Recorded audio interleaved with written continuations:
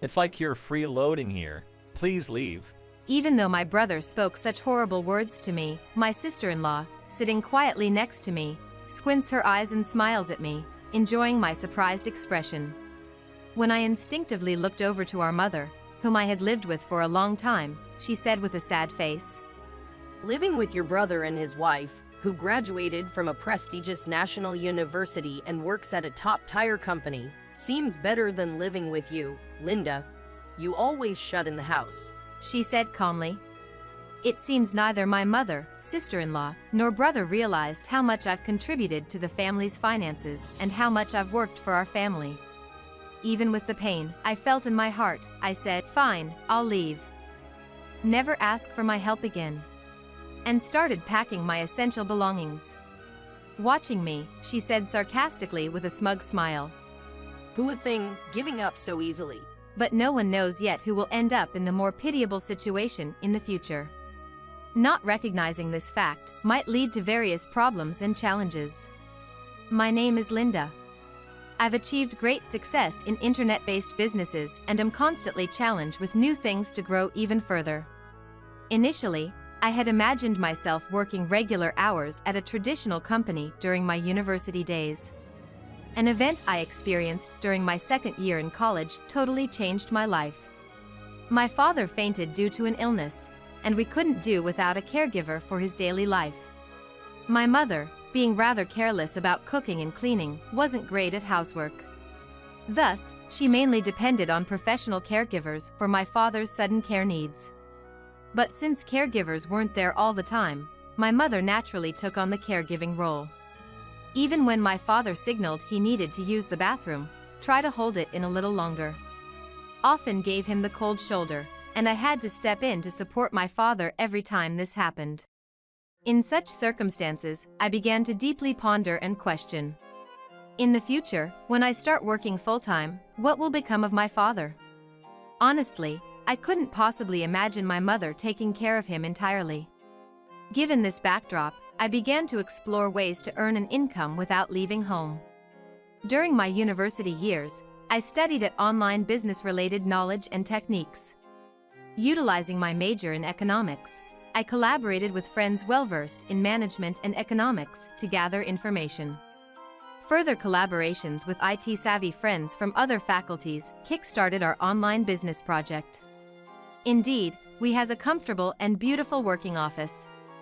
However, that office is primarily used as a specific space for staff who find it challenging to concentrate while working from home and for new employees needing orientation or training. Personally, I hardly ever visit that office. My primary workspace is a room at home where I can spend time with my father. I carry out most of my tasks there. One day, my father, curious about my work arrangement, asked, "Did you give up on a full-time position for me? Or was it challenging for you to secure a position as a fresh graduate? I feel sorry about it." Holding back tears, I thoroughly explained the online business I've been building since college. The business remains stable and continues to expand, and there are no issues working from home. Upon hearing this, "Linda, you've truly grown into a responsible adult. It's a far cry from Tom." He expressed genuine gratitude from his heart. Actually, I am the only one in charge of supporting my father's daily life. The truth is, I'm not an only child. I have an elder brother named Tom, who is 2 years older than me. He tends to be selfish and rarely puts others' needs first. In reality, Tom excelled academically and showcased his talent from his student days. After graduating from a prestigious national university, he leveraged his talents and smoothly secured a position in a top-tier company. When our family received the news of his employment, we were taken aback but simultaneously wanted to acknowledge and celebrate his achievements. Thus, my father, mother, and I all tried to contact him to convey our blessings. However, his response was contrary to our expectations. "I will start a new life in the city and will never return to that countryside. I want you to believe I'm doing well on this new way." With that, he ended the call so suddenly. Ever since that day, we couldn't contact him at all. His lines of communication were unilaterally cut off, and all our messages and calls were ignored. Although Tom had received ample financial support from father for his college education and independent living, he never showed any gratitude and distanced himself from us. In this situation, both I and father felt repeated shock and disappointment. Amidst this, a hypothesis emerged among us. We wondered if mother was secretly communicating with Tom. However, despite father's deteriorating health and the essential daily care he needed, the absence of any contact from Tom made it clear that he didn't think of fulfilling his responsibilities or roles as a family member. After going through this, one day, an unexpected report came to us from Mom. Recently, I got a call from Tom. It seems he's met a woman he's considering marrying. He asked if we could give them a wedding gift. I'm thinking of preparing around $9,000 as a heartfelt gift. Do you think both of you can help with this? Conveying this to father and me with a slightly nervous expression. Considering our financial situation, mother spends most of her days at home, except for the 3 days she works part-time. And the salary she earns usually goes to lunches and shopping with her friends, so she hardly saves any money. I couldn't hide my surprise at Mom's intention to request such a large amount for Tom, with whom we hadn't been in contact for so long time. Feeling anger but listening calmly at first, his face then turned red. Why he can do this? He hasn't contacted us since he left home. And now he suddenly asks for such a large sum for his wedding?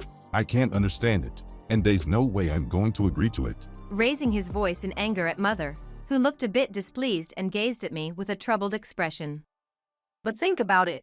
Tom has decided to get married. I genuinely wish for him to get married and bring grandchildren more than for you, Linda, who stays at home and doesn't connect with the outside world. It's a parent's feelings. Please understand that, she calmly retorted.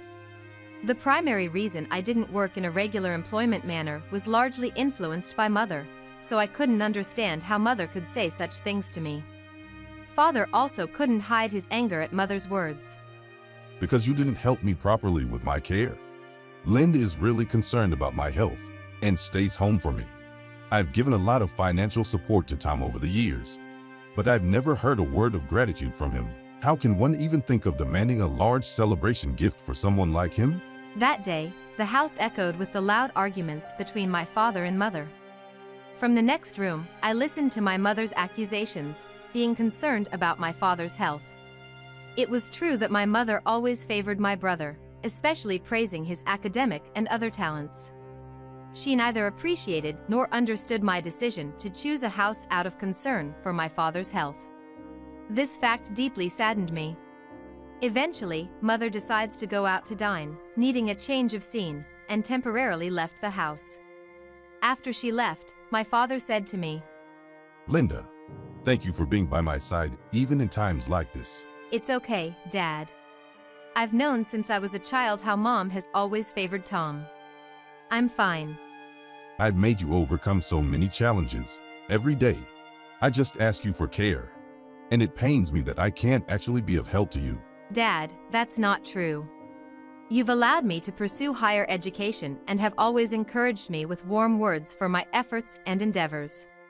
If you weren't by my side, I might not have even considered venturing into online business as I do now.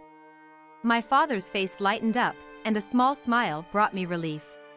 On the other hand, I couldn't understand why my mother, having a father who's always understanding and caring for children, continues with her self-centered behavior. And as for my brother, avoiding communication with the family for years, and suddenly demanding a wedding gift is questionable in terms of family ties. But the most shocking event for me occurred shortly after. It was the sudden news of my father's passing. One quiet morning, amidst a usual routine, I found he wasn't moving. As time felt frozen, I called an ambulance, but it was already too late. He had passed away. His friendly nature and warm-heartedness were evident from the many people who flocked to his wake. Ordinarily, during a funeral, the wife is expected to make arrangements, but I'm very busy right now. Linda, I'm entrusting all funeral arrangements to you. While saying this, she frequently checked her phone with a concerned look, and I couldn't sense a bit of support or cooperation from her. I don't know what she was addicted in. Although I felt anger, I was determined to concentrate on preparing for the wake and funeral to send my father off properly. Then a surprising event unfolded. A while after the funeral began, my brother entered the venue hand in hand with a woman dressed in a flashy pink dress. What's more, he was casually dressed in a hoodie, clearly inappropriate for this solemn occasion. As all the attendees looked on in shock, only our mother approached my brother with a bright smile. I'm glad you came, Tom. Now your father's inheritance will be ours. That's what Mom boldly declared. The atmosphere in the hall changed completely after my mother's sudden statement. All eyes were on my mother and brother, and the venue was filled with collective surprise and bewilderment. Honestly, for Linda, who has been at home for a long time taking great care of Dad, I don't think she should expect any inheritance, he declared loudly. There seemed to be a hint of sarcasm in his words. I was surprised by his words and let out a deep sigh. I figured he must have been informed about the household situation and our father's health by our mother. However, she seemed oblivious to the fact that I had contributed a lot to the household finances. Or whether there truly was any considerable inheritance from our father who once required care. Neither mother nor Tom seemed to understand the reality or appreciate my efforts. It's true that Dad once held a senior position and was rumored to have had a good income. But making such inappropriate remarks at a funeral was undeniably disrespectful. This funeral feels somewhat gloomy and oppressive. By the way, Tom, even though receiving the inheritance might be in the distant future, should we leave now? After all, we'd get the inheritance even without attending this funeral, she said, pulling on Tom's arm. The moment I saw this woman, presumably my brother's new wife, I was convinced she was his wife. She seemed to have a vibe similar to Tom's. I thought she probably has a personality much like him to marry someone like him. I wish they'd leave as soon as possible. Quite unexpectedly, it seemed as though even our mother was in agreement with them. Shall we go eat sushi? Saying that, the three of them left the venue. The other relatives were also surprised by this turn of events. Some raised their voices in shock, but I suggested, "For our father, let's at least keep our composure." I suppressed my inner irritation and continued with the funeral proceedings. However, upon returning home, there was another surprise. On the dining table were 3 boxes of sushi, presumably ordered for delivery. The table was messy, with nothing cleared away. From the living room came voices and laughter. There were Mother, Tom, and his wife Jessica, clearly enjoying themselves and drinking. You're late, Linda. Can you make some snacks? Whatever you're good at making. And can you buy some more alcohol? That would be so helpful, little sis. I was utterly shocked by these unexpected words from my brother and his wife. Seeing such insensitivity during our father's final rites and their apparent lack of regret or understanding was mind-boggling. Despite the tense atmosphere and the shocked expressions of other relatives, it seemed they didn't think they were doing anything wrong. Seeing my mother, who should be the one to correct such behavior, casually joining in their merriment made me feel it was right to have stayed. I wonder what would have happened had I not been there. Would they have even held a proper funeral? In this situation, I told them, "There's no inheritance you're hoping for." There was no way I was going to comply with their request, such like more drinks or snacks. I had no reason to obey them.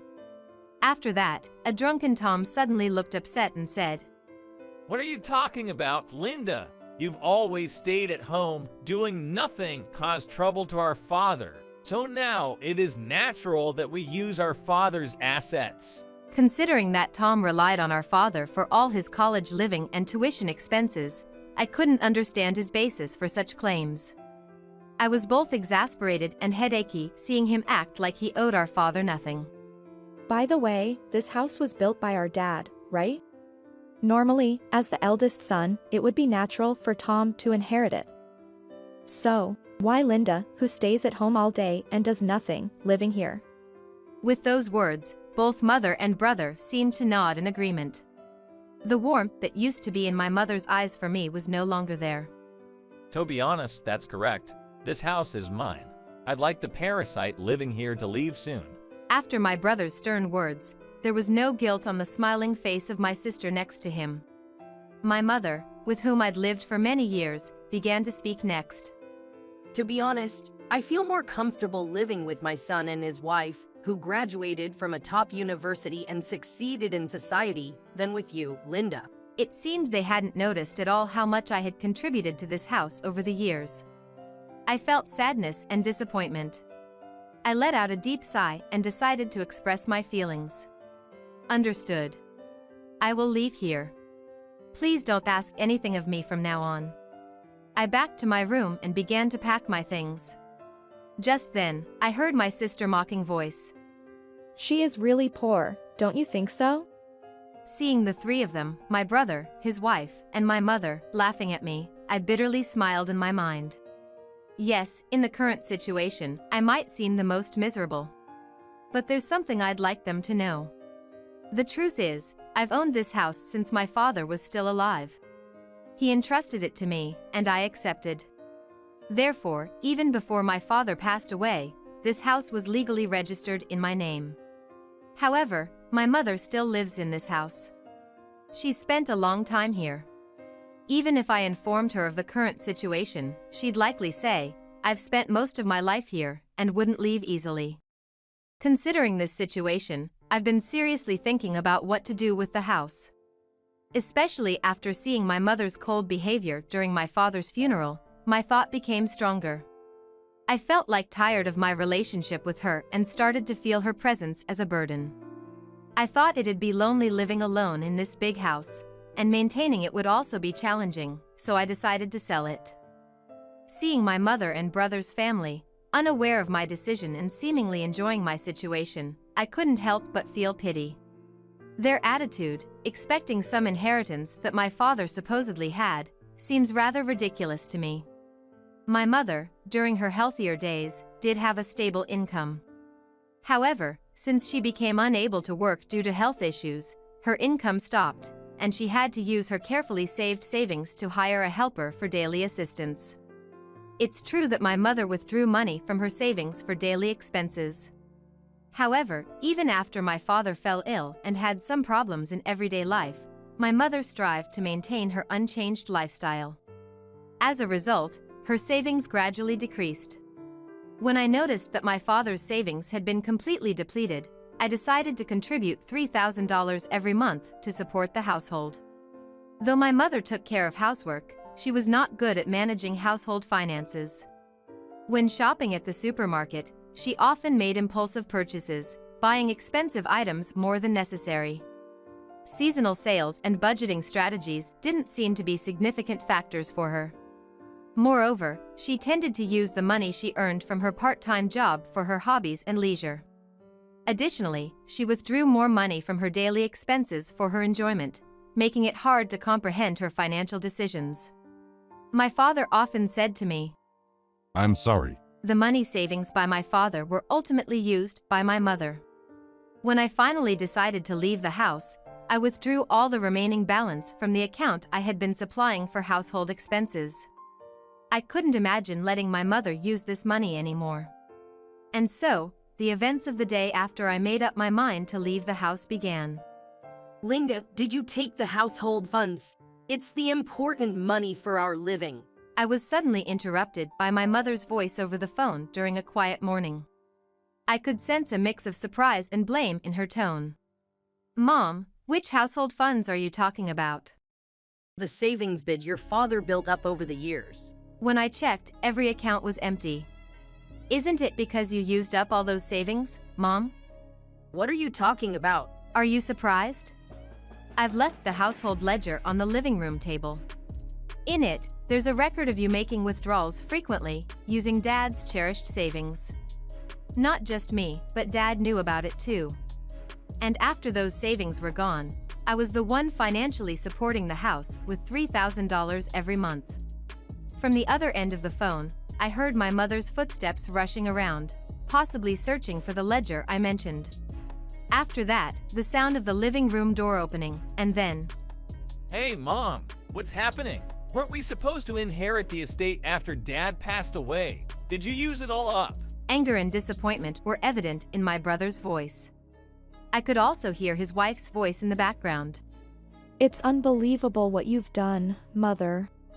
Did you really call us from our hometown relying on our financial support? That's really cold. No, I didn't mean it like that. It was clear that Mother had invited my brother and his wife here because of the inheritance. Given this truth, I felt deep down they would no longer trust her words. We moved here, leaving stable jobs, expecting to receive the inheritance Dad was supposed to leave us. How are we supposed to live now? What? Tom, I had no idea you made such a big decision. This was completely new information to me as well. My brother used to have a respectable job at a major corporation. But I don't care about their decision because it's not directly impact my life, so I wasn't deeply concerned. Also, this monthly amount of about $2,700. Upon checking the bank book, I found that Linda has been transferring it regularly. But Mom, you kept saying Linda wasn't working right. At my brother's words, Mother suddenly remembered our phone conversations and looked at me with a face full of shock and guilt. What? What's going on, Linda? Smiling slightly, I responded, "You should look into something called remote work. These days, you can have a formal job without leaving home." I never told my family about the considerable success I had with my online business. It was clear to me that if they knew, my brother, his family, and even my mother would start relying on me. Worse, they might interfere with my business in some way. Please, come back. Let our family spend time together again. Mom's voice had become very small, as if she had never blamed me at all. But I had completely no idea of returning to that house. Mom, you just want to rely on my money, aren't you? By the way, about the house, while Dad was alive, considering the property tax payments, I took over the house and changed the ownership. It's now mine. I don't plan to live there anymore, so I asked a trusted real estate agent to sell it. That agent is actually run by my uncle. He was quite angry about the incident at the last funeral, so if my brother and his family stay in the house, he'll surely kick them out. I never imagined it would come to this. Losing our home. Along with my mother's astonished voice, I could hear my brother's voice from the other end of the phone. What happened now? I felt too bothered to answer my brother's question. I had decided to leave everything up to Uncle regarding the future. If things were going well, Uncle would be on his way to meet my mother and my brother's family by now. He promised to handle and explain everything on my behalf, so I was at ease. Goodbye. I intend to sever ties with you and Mom. I won't be using this phone anymore. Farewell. After conveying that, I ended the call. Imagining their astonishment, I felt a fleeting little sadness. It would be hard for them to find me. This is because I have plans to relocate abroad. A plan kept secret even from my father. I had always dreamt of living overseas. I was particularly drawn to the warmth of tropical countries and their multicultural settings. After my father passed away, when my mother and my brother's family told me to leave the house, I felt it was the perfect opportunity to realize my dream. I immediately began packing and started to look for a residence abroad. I was keen on finding a quiet place near the beach and devoted myself to house hunting. Currently, I am living alone in a short-term rental apartment. It's close to the city center with good transportation links, making it ideal for preparing for my move abroad. With the sudden eviction from the house, my brother and his family, along with my mother, are likely too preoccupied searching for a new place to bother about me. A little while later, when I heard that my brother, his wife, and my mother had started living together in a cramped apartment and were taking up part-time jobs to make ends meet, I had already started my new life abroad. According to information from my uncle, he had hired a particular detective agency to discreetly monitor the living conditions of my brother's family and mother. The three of them had moved into an old apartment in the city and began looking for short-term jobs.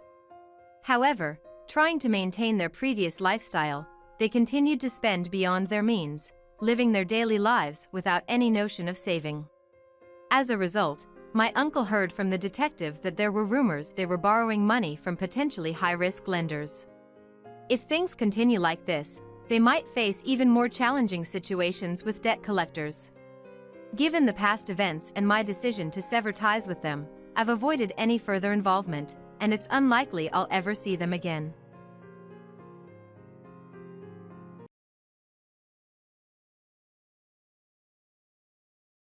I don't think justice is important.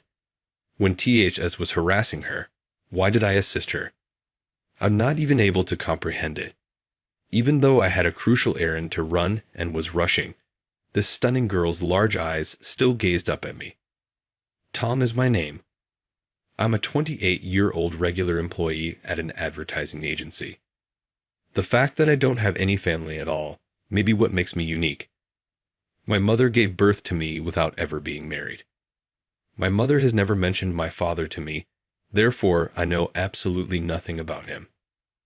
The lack of a father figure was just the way things were for me. My mother apparently severed her relationship with her own parents before to my birth. I also didn't have grandparents by the time I had any memories.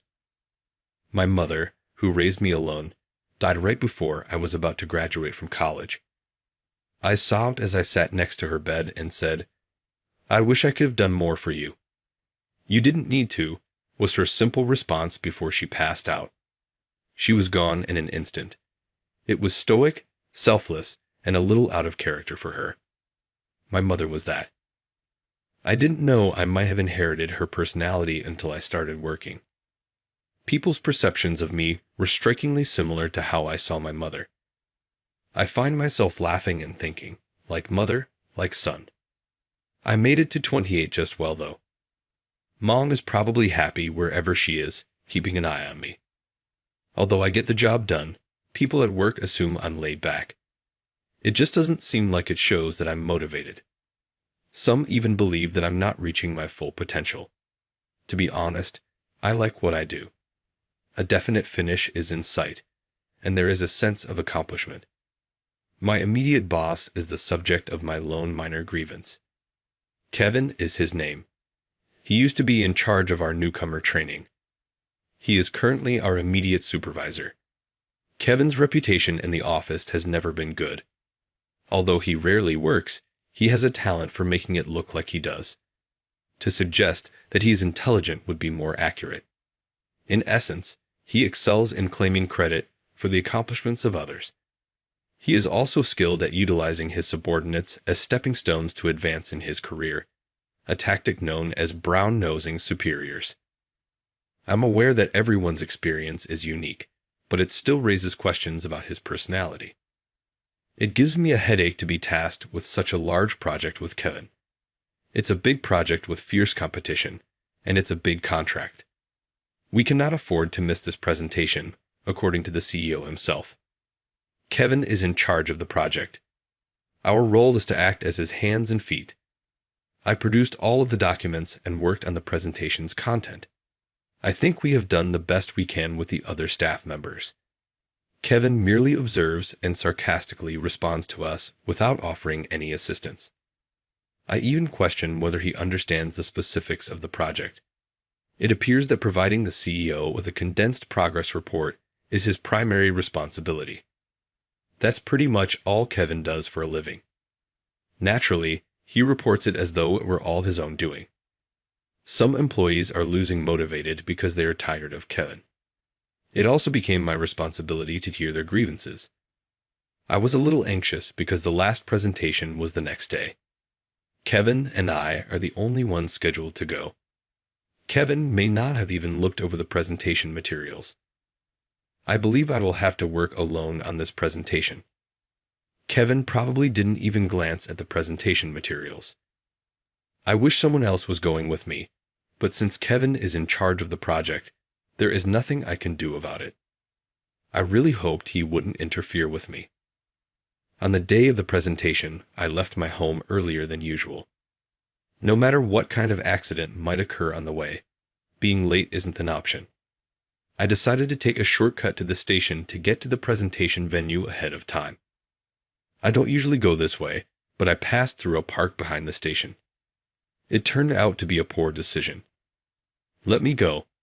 Looking in the direction of the voice, a high school girl was surrounded by a sketchy group. They were insisting on hanging out with the reluctant girl.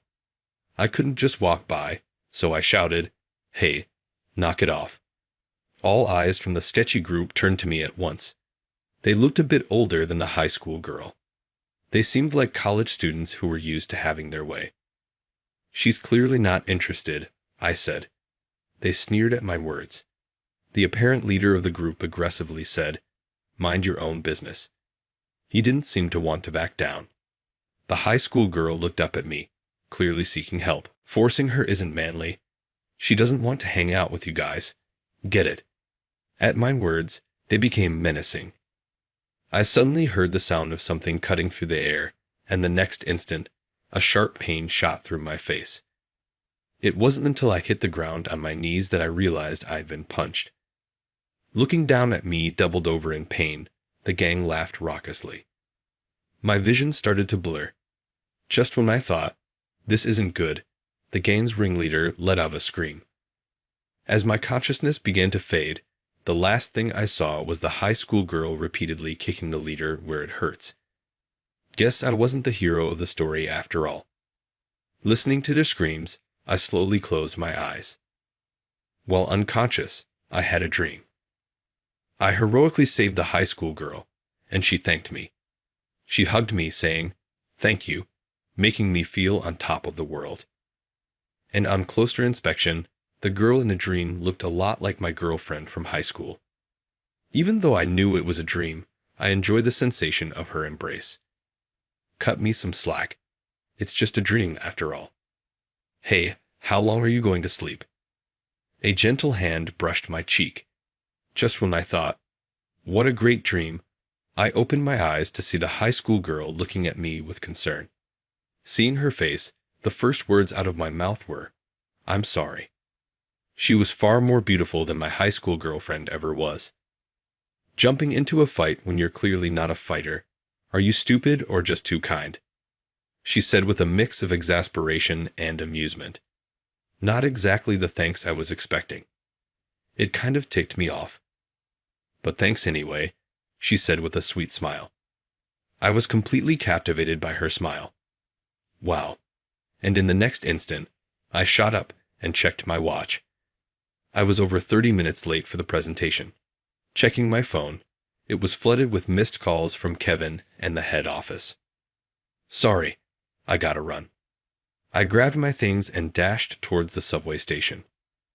I could feel her eyes on my back, but I had bigger problems. Outside the client's building, I ran into Kevin. As soon as he saw my face, he swung at me.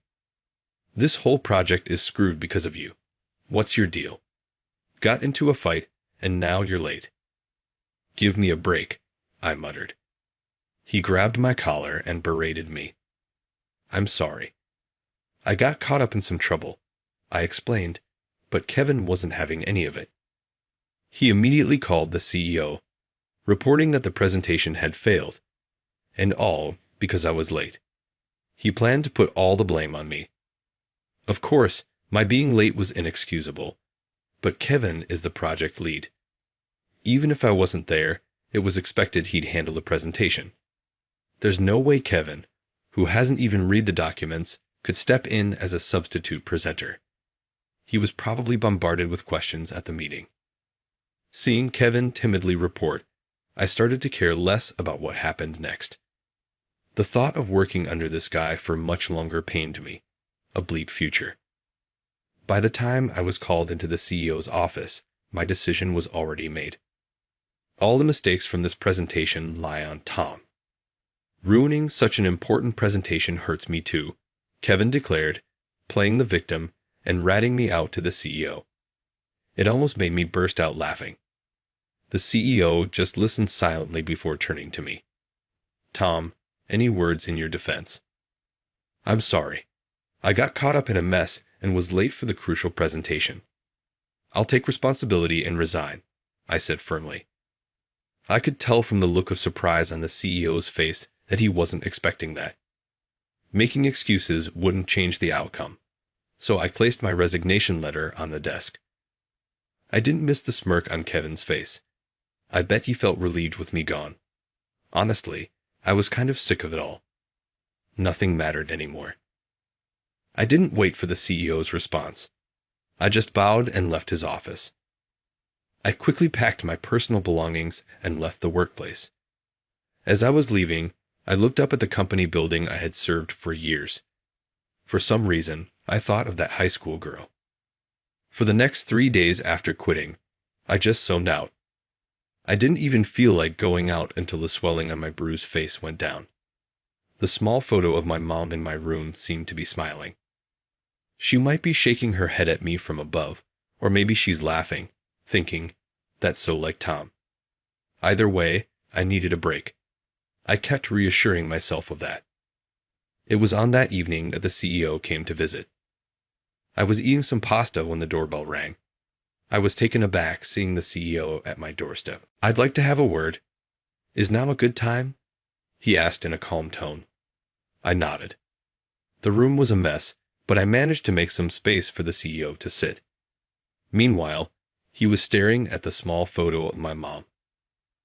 Sir, please have a seat here," I said, offering a particularly flashy cushion.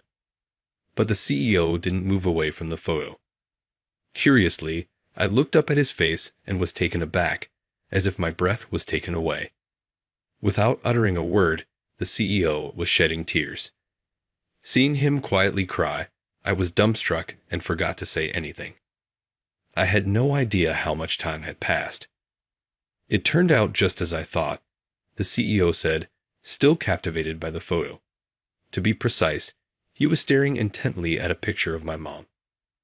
"You know about my mom, don't you?" I asked. The CEO silently nodded in response. Seeing him cry this much in front of my mom's picture, I figured they must have been close. After the cancer was detected, it all happened so fast. It truly did. Maybe she was holding back from feeling sick. By the time I forcefully took her to the hospital, it was too late, and there was nothing I could do, I said softly. Hearing about my mom's last moments, the CEO finally faced me. "I'm sorry for coming unannounced. Your departure was so abrupt. It reminded me of her," the CEO said, looking once again at my mom's photo. "Excuse me if I'm mistaken, but don't you know my dad?" I asked. If he knew so much about my mom, he must know about my dad too. The CEO looked a bit troubled. "Tom, would you be willing to take a DNA test?" With those words from the CEO, I understood everything. It all made sense. I wanted to brush it off, but the words were stuck in my throat. She disappeared from my side in an instant. As soon as my arranged date with my current wife was set, she vanished. "And that was that," he said. He must deeply regret that time. The CEO seemed to struggle to find the right words. My mom, considering his future, must have stepped back. "I've heard that the CEO's wife is the daughter of a senator. Is that so? Sounds just like Mom. But sir, if she were still around, would you have chosen her?" "Oh, that's not the right way to ask. Could you have chosen her?" My sharp words made the CEO flinch. Thinking he was the only one hurt was a big mistake. Visiting me and suggesting a DNA test felt almost like a betrayal to the family he has now. "I don't have a family. I'm all alone in this world. That's why I understand the value of family," I said. I thought the CEO should live to protect his current family rather than dwelling on the past. "If you're seeking atonement," Mom would probably say, I began. "Huh, I don't need your pity," the CEO interrupted. He stared at me, probably seeing my mom in me. "Could you please leave? I'm not even your employee anymore," I said, pointing at the front door. The CEO seemed at a loss for words. He probably wasn't used to being outright rejected by someone. In the end, he couldn't say a word to me and just left. It was the first time I met my dad, but I didn't feel anything special. I wasn't interested in playing silly games. That night, my late mother appeared in my dreams after a long time. She was laughing so hard, she was holding her stomach. She must have seen the way I sent the CEO packing. "Good job, son," she said, praising me. Waking up with a tear of joy, I realized how fortunate I was to be her son. Mom and I are so much alike. The moment I got out of bed, There was a loud knock at the door that almost gave me a heart attack. Why would someone bang on the door when there's a doorbell? I cautiously approached the door to check. "Hey, I know you're there. Open up." I recognized that angry female voice from behind the door. It was the high school girl I met in the park. I opened the door fearfully. She looked like she was about to kick it in. "Dang, was just about to break it down," she said, lowering her foot that was raised to kick. I was trying to process why she was here. "I've got something to discuss, interim big bro," she said with a sly grin. I got the message and realized what she meant, or rather, who. Right, the CEO's daughter. She beamed and said, "Bingo," raising both her hands in a victory sign. Without waiting, she swiftly entered my apartment. She tossed her shoes from inside to the doorway. Such bad manners for a CEO's daughter. Sighing, I arranged the tossed shoes and looked back into the room. I saw her with hands clasped in prayer, standing in front of my mom's photo. The long lashes around her tightly shut eyes trembled slightly. She must be nervous in her own way. "Did the CEO tell you about me?" I asked. "Nope. Found some documents my mom was looking into," she said. She turned to face me and began talking. Her name was Olivia. Apparently, she was the only child born to the COO and his wife. Suddenly, after giving birth to Olivia, the wife was diagnosed with cancer and had a full hysterectomy. She's still tormented by the fact that she hasn't given him a son. She blames herself for not being able to produce an heir. At that time, the CEO found a photo of my mother he had kept hidden, and after hiring a private investigator, they traced back to me. Olivia said she sneakily saw the documents her mother had kept hidden. Seeing my picture, she was surprised. Turns out the guy who helped her in the park by chance was her own brother. She felt it was destiny. "Thanks for that time," Olivia said, giving a little nod. "Apparently, Dad said to cherish the family, but Mom knew about you. It's your job to keep my seemingly falling apart family together." She then handed me the DNA papers. The idea of me holding her family together is beyond bizarre. I've always wanted a brother since I'm an only child. Mom can't have any more children, but wants a son, and Dad, wanting an heir, is waiting for you, she said. Receiving the documents, I was unsure how to respond. It all seemed to revolve around Olivia's family's needs. What's in it for me? They come in, disrupt my quiet life. Don't they feel guilty? I thought it was a lousy negotiating technique. I guess my feelings showed on my face. Olivia smirked. There's one benefit for you too. What? It doesn't seem beneficial to me at all. You did a cute little sister like me, Olivia said, making a peace sign and laughing, showing it right in front of my eyes. Isn't it great? Both of us not being alone anymore. I see. Olivia seems to be a better negotiator than I thought. She presented a pretty tempting offer. Moreover, she looked confident. She seemed to not even consider the possibility of being turned down. This seems like the time to give in. All right, I give up. I'll take the test, I said. Before I could finish, Olivia jumped onto me, holding her soft, warm body. I panicked. It's been so long since I've had such close contact with anyone. It's overwhelming. Whoa, hold on. I'm not confirmed as your brother yet. You'll get me caught, I said, trying to gently push Olivia away. She resisted, hugging tighter. In a very soft voice, she said, Thank you. That CEO is one lucky man, having such a thoughtful daughter. Plus, wanting a son. Talk about luxury problems. But if it means I get a family, what not? If Olivia no longer has lonely nights by herself, then maybe my existence isn't in vain. From the DNA test, it's confirmed that the CEO and I are related by blood. When opening the results, I met Olivia's mother for the first time. She's the complete opposite of my mother, elegant and gentle, the kind of woman who supports her man. She respectfully bowed to me, making me feel somewhat embarrassed. I thought she might dislike me for being another woman's son, but she welcomed me so warmly, it was shocking. She even cried out of happiness for having a son, and I was at a loss for words. In the end, after the DNA results, it was decided that I'd return to work. I was appointed as the CEO's secretary. Essentially, I'm to support and learn about the CEO's work up close. I didn't want to live with him right away, so I'm still living alone in an apartment. Olivia frequently visits, sharing her troubles and complaints with me. Lately, she's been seeking advice about love. Who would have thought a year ago that I'd be giving love advice to my little sister? I've been guiding her, helping her with her love matters so she can make the right choices. It feels rewarding when she confides in me, sharing troubles she can't discuss with our parents. However, there's one major issue.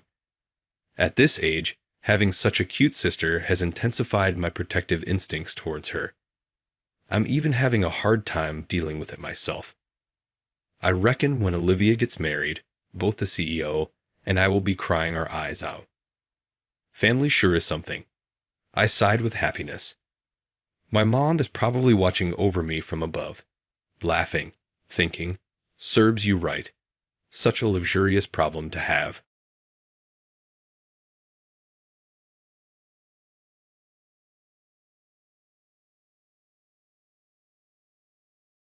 You can do anything you want on a business trip with me if you get it correctly. At the dinner location, 2 departments, known for being like cats and dogs, just so happened to run into each other. There was a strained, almost explosive mood between the 2 departments. As a result, I was assigned to represent our department, while Mia, the CEO's daughter and a famous beauty, represented the other department. Mia, a graduate of Tokyo University, set out to test my ability to firmly respond to a challenging question. Mia made fun of me by saying, "You can accomplish anything you want if you can figure out this problem. Do you believe you can manage it?" "Yes, I've already solved it." "What? Really? Wait." Everyone turned to stare at me, amazed.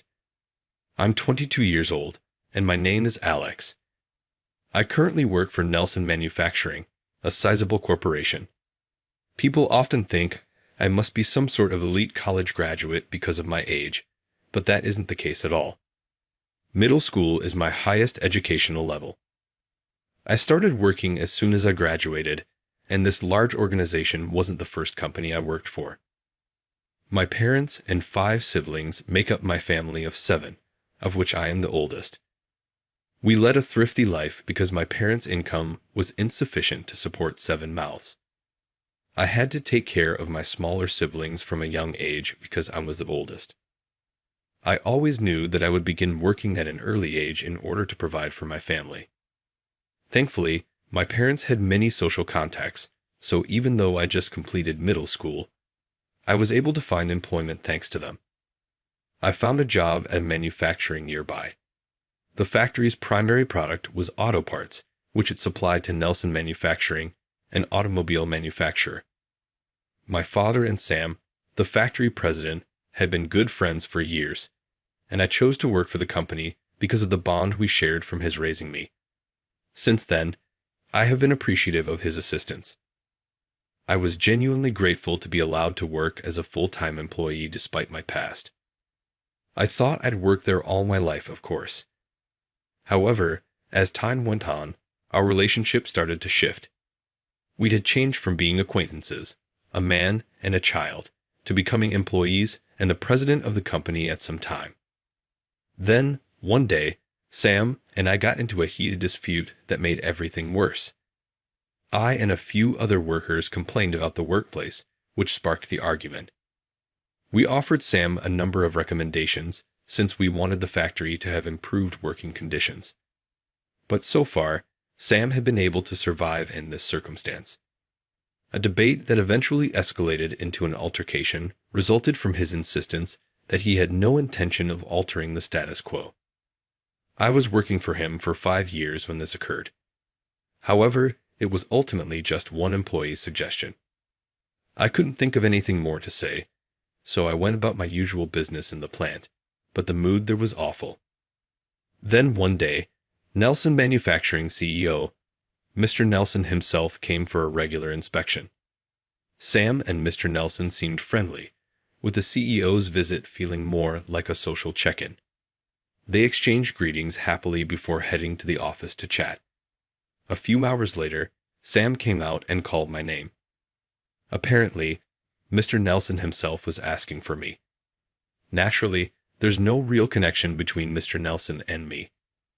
I never imagined I'd be called in, so I couldn't help but be surprised. I felt a surge of surprise and nervous tension, wondering what he might want to say. The other employees glanced at me curiously. Gathering my courage, I knocked on the door to the CEO's office and stepped inside. To my surprise, Sam wasn't coming in with me. It was just Mr. Nelson and me alone in the room. The nerves and sense of isolation made me feel even smaller. Don't be so tense. I'm just a person too, you know. Oh, well, I'm just a little lost to be here alone with you. Sam told me you were feisty, but you're like a cat out of water right now. Yeah, I suppose I am. Fair enough. Now, the reason I called you in was to discuss this. He showed me a few sheets of paper, the very documents that had sparked my argument with Sam. The papers outlined ideas for improving the work environment at the factory. I heard you came up with all of this on your own. Is that true? Yes, that's right.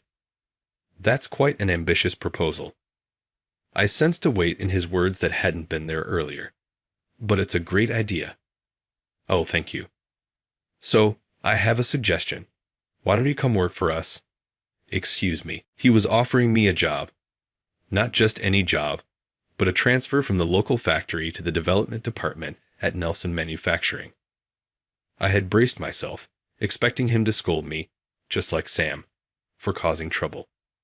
But instead, he praised my ideas and made this unexpected offer. Moreover, it's rare to receive a direct invitation from Mr. Nelson himself. It's something I'm genuinely happy about, especially since my relationship with Sam has been strained lately. The workplace atmosphere remains tense as well. I knew my proposals had played a part in creating this tension, but honestly, I've been wanting to get out of that strained environment. I was inclined to accept the offer. Still, I knew I had to discuss it with Sam first, so I told Mr. Nelson I'd get back to him. After he left, I returned to Sam's office and informed him of the offer and my interest in working at Nelson Manufacturing. Sam looked out the office window so I couldn't see his expression. Then he said just one thing. Do what you want. He said it so calmly. It was the first time we'd spoken since our argument. Despite everything, I was deeply grateful to Sam for giving me my start. Though I didn't know how he truly felt, I bowed deeply and said, "Thank you." And that's how I transitioned to working for a major car manufacturer. Naturally, there weren't many people here with only a middle school education. The only knowledge I had was related to car parts from my factory days and general information. When I joined, I felt the judging eyes around me, and I was mostly isolated in the company. I wasn't particularly skilled at making conversation, and my attempts to talk to others often fell flat. So, for several months, I struggled with loneliness. It's like back then, all over again. One day, when I was feeling uncertain about whether I could keep up in the development department, an employee named Henry, wanting to see what I was capable of, brought me onto the new car development project as a support member. Though I was nervous, I was motivated by this first big responsibility. Since joining, I've been studying hard to gain the necessary knowledge, and thankfully, the project went smoothly, finishing without any major issues.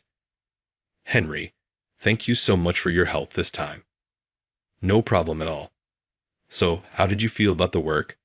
Think you can manage it? Yes, thanks to you, I wasn't a burden. Was I a burden? Not at all. Honestly, compared to most people when they first start, you did great. Everyone talks about education and all that, but it's clearly not just about degrees. I knew I had a good eye for talent. As he said this, he gave me a firm pat on the shoulder. It hurt a bit, but his words mixed with that pain made me genuinely happy. Plus, you came up with ideas no one else would even consider. You're like a genius of innovation. Oh, don't flatter me. I'm not flattering you. I really mean it. Thank you, but there's still plenty to learn. So, keep working hard. I will. This experience was a turning point. As I continued to deliver results, the other employees gradually began to recognize me as a member of the development team. By the time my second year had passed, I no longer felt isolated and was able to work well with everyone in the team. It was all thanks to Henry's encouragement. That day, an invitation to the company trip came my way. In my first year, I'd received an invite, but feeling isolated back then, I turned it down. But now, I thought I might actually enjoy it. Wanting to get to know my coworkers better, I decided to join this year. Apparently, the destination for this year's trip was the same as last year. Some employees looked a bit disappointed, thinking it would be just a repeat. However, this time, there was one difference.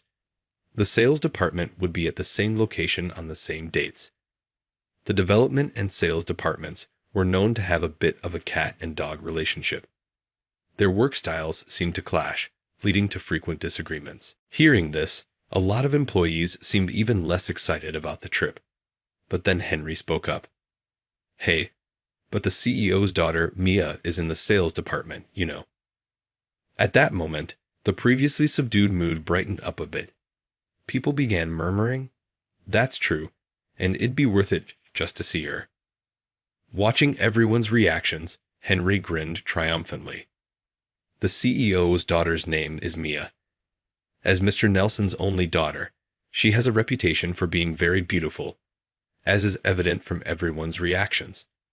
With her elegant appearance and Tokyo University degree, she was admired as both intelligent and graceful.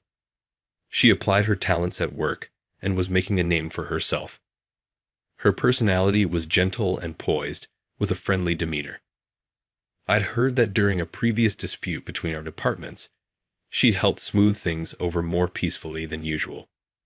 Despite her popularity, her status as the CEO's daughter seemed to set her apart, and she was somewhat isolated within the company.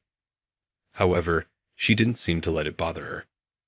Though her circumstances were the opposite of mine, in a strange way, I felt we were similar. Yet she also felt like someone from a completely different world. To everyone else, she was like someone to be admired from afar. Just the thought of sharing the same lodging with her was enough to cause a buzz among the employees. What's more, we were staying at the same place, Henry announced, and the whole group erupted in excitement. The noise level was so high that people in the hallway began peeking in to see what was going on.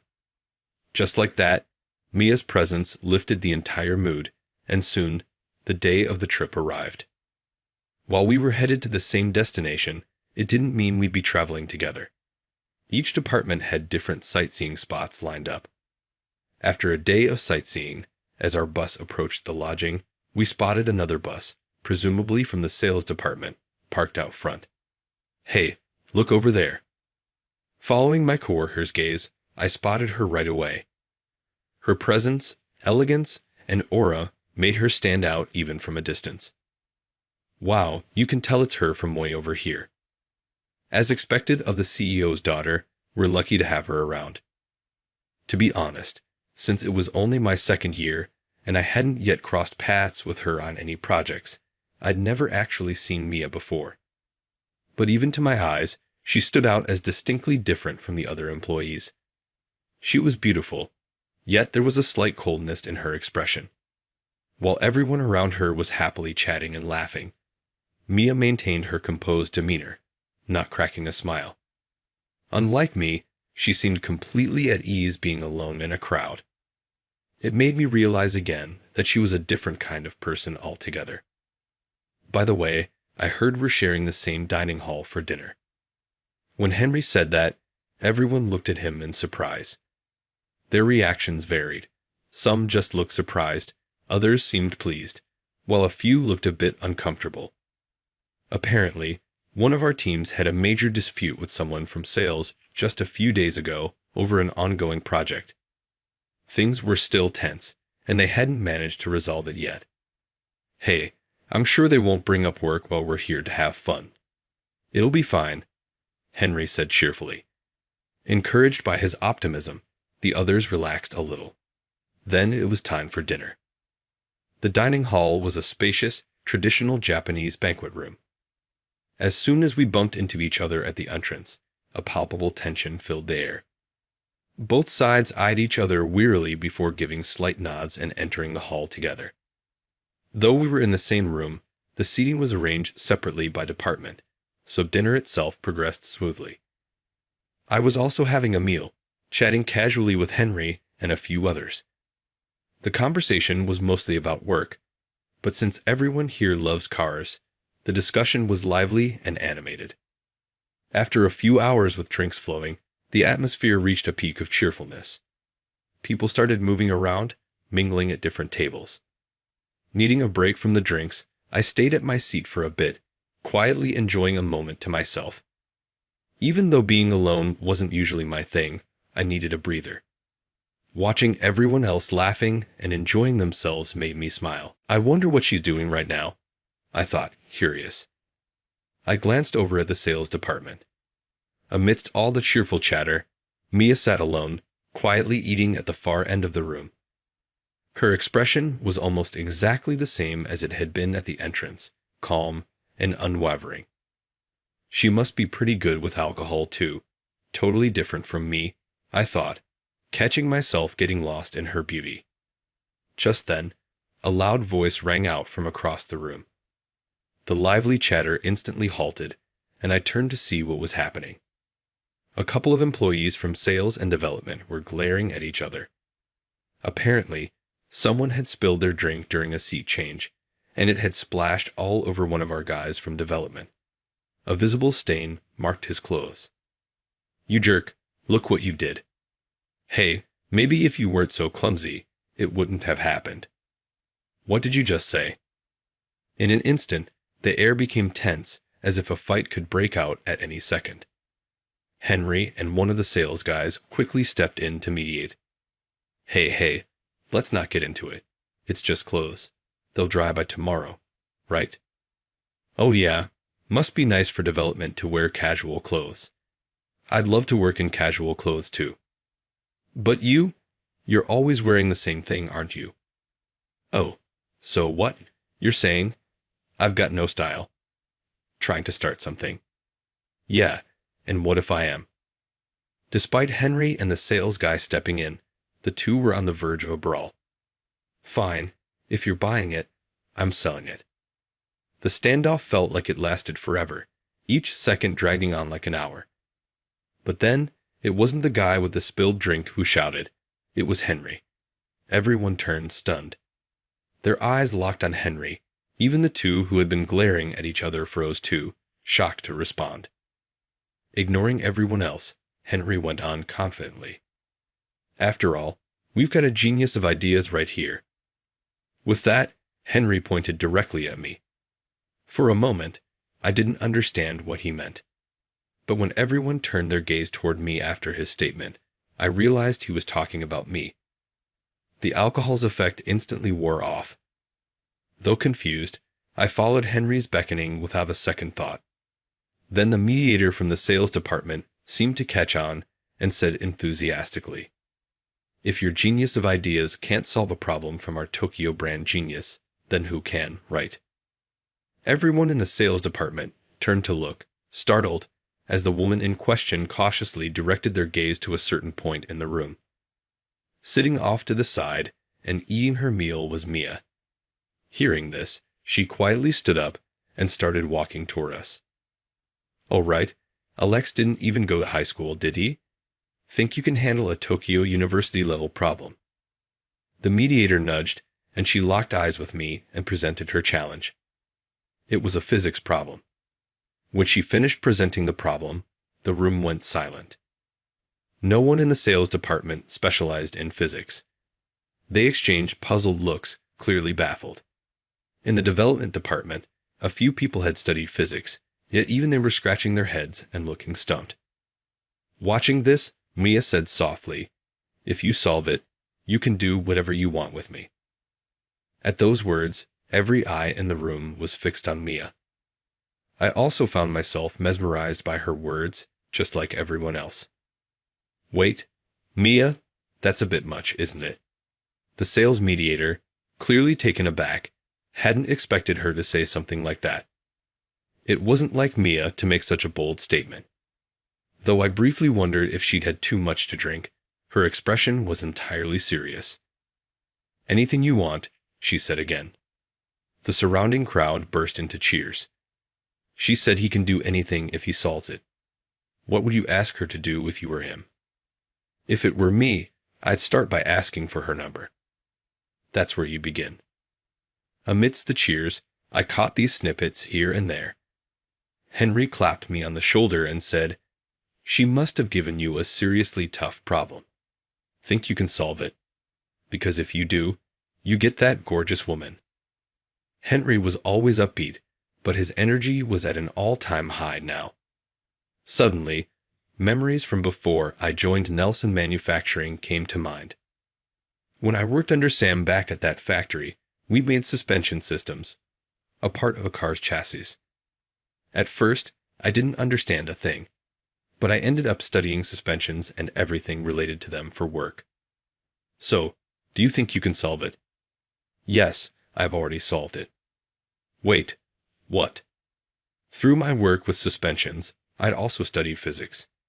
What started as casual learning became a deep dive, and I ended up with a thorough understanding of it. Everyone was stunned by my response. Henry included, as if he couldn't believe his ears. The person who'd posed the problem was equally wide-eyed. Ignoring their astonishment, I stated the answer, and she lowered her gaze and mumbled, "Correct." With that word, the room exploded in excitement once again. The two departments that had been on the verge of conflict just a moment ago were now celebrating together, arms around each other in camaraderie. By the time dinner wrapped up and we left the venue, the two people who had sparked the whole quarrel were smiling and had reconciled. Seeing this, I felt a sense of relief, but at the same time, I was hit with a wave of exhaustion, likely from the intense atmosphere earlier and the pressure of being the center of everyone's attention. While everyone else talked about heading out for drinks for a second round, I politely declined and decided to return to my room.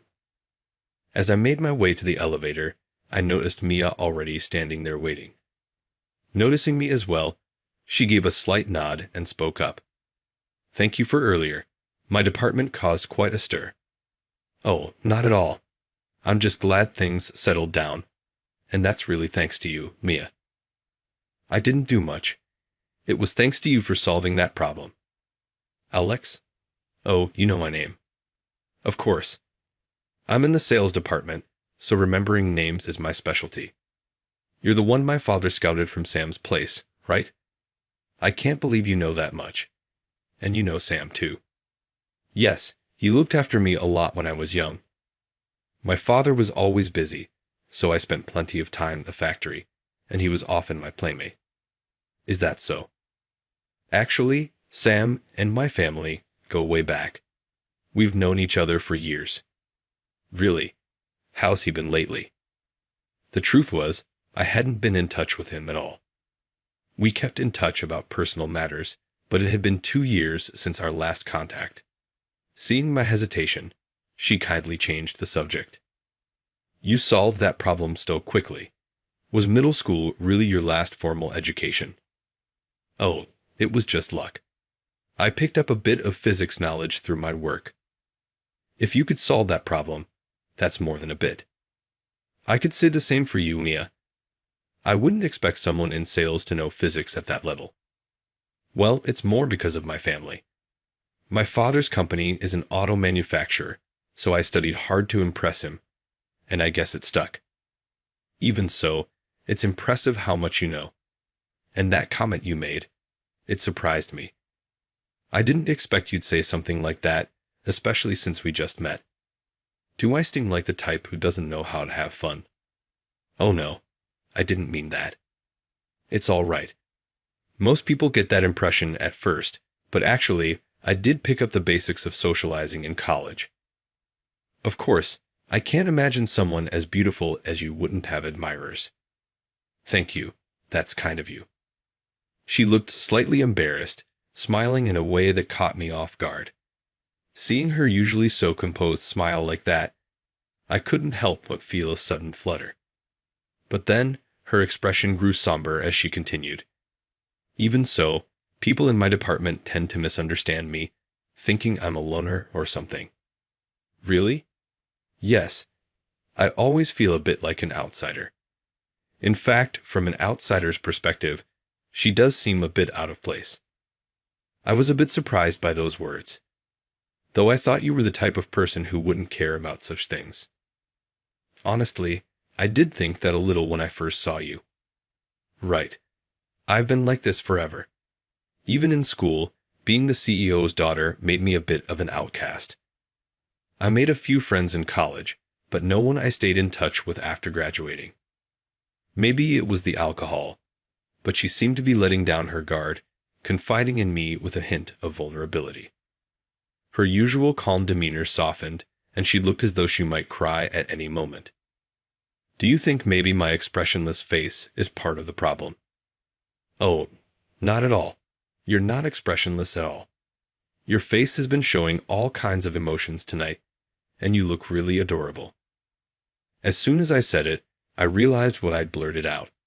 I hadn't meant to say so much, but seeing her grow quieter and sadder, I just couldn't help myself. Sorry, I didn't mean that. Probably sounded like I was hitting on you, didn't it? No. You were just trying to cheer me up, right? Thank you. She seemed a bit flustered too, perhaps caught off guard by my words. After a brief silence, the elevator chimed, signaling its arrival. I asked her what floor she was heading to, pressed the button, and the elevator began its ascent. You know, I didn't expect this. What do you mean? When I first saw you, I thought you were the type who preferred being alone. Her expression seemed to fall at those words. If you don't mind, would you let me help? I've been through something similar myself. Really? Yeah. My family was close, but we were poor, and that made my school life pretty rough. It's different from your experience, but I was an outsider too, so I understand how hard it can be. Remembering those days still made my chest tighten. After middle school, I decided to work instead of going to high school. Not just because of family circumstances, but also because I didn't want to experience that same isolation again. I see. Sorry if it's sudden and intrusive, but I feel like I'm looking at my younger self in you, so I just want to help. Oh no, it's not that, but I wouldn't want to trouble you with this. Hey, you did say I could do whatever I wanted if I solved that problem, right? Oh, does that mean you'll do whatever I ask? Then please let me help you. She let out a small laugh. I've never had anyone use their wish on something like this. If you're going to insist, maybe I will take you up on it. And so, I ended up helping her work on her reputation in the company. All right then, let's get started, Mia. She gave me a mischievous smile. Yes, Alex. When she said my name with that warm smile, my heart skipped a beat. Then, with a brighter expression, she said, You know, this might be the first time I've really opened up like this. Don't say things like that. You're going to make me misunderstand. Alex, you're surprisingly pure-hearted, aren't you? What? No way. She tilted her head slightly, looking right at me with an amused glint in her eyes. Don't tease me. I'm not teasing, but if it's you, maybe I wouldn't mind if you did misunderstand. It turns out, Mia wasn't just the talented, kind, and elegant CEO's daughter. She also had a side that could easily throw me off balance. After that, as I promised, I started helping her. Before I knew it, her reputation had transformed. She was no longer seen as a silent, stoic figure. Now, people saw her as a cool but warm-hearted person who who was willing to lend a hand to others. Compared to before, she'd become approachable, someone people found easy to talk to. Far from being isolated in her department, she'd become so popular that she apparently even had her own fan club. Her new reputation had even reached the development department, typically at odds with sales. "Hey, I heard Em has changed a lot lately." "Yeah, I heard that too. They say she's way easier to talk to now. Maybe I should try talking to her.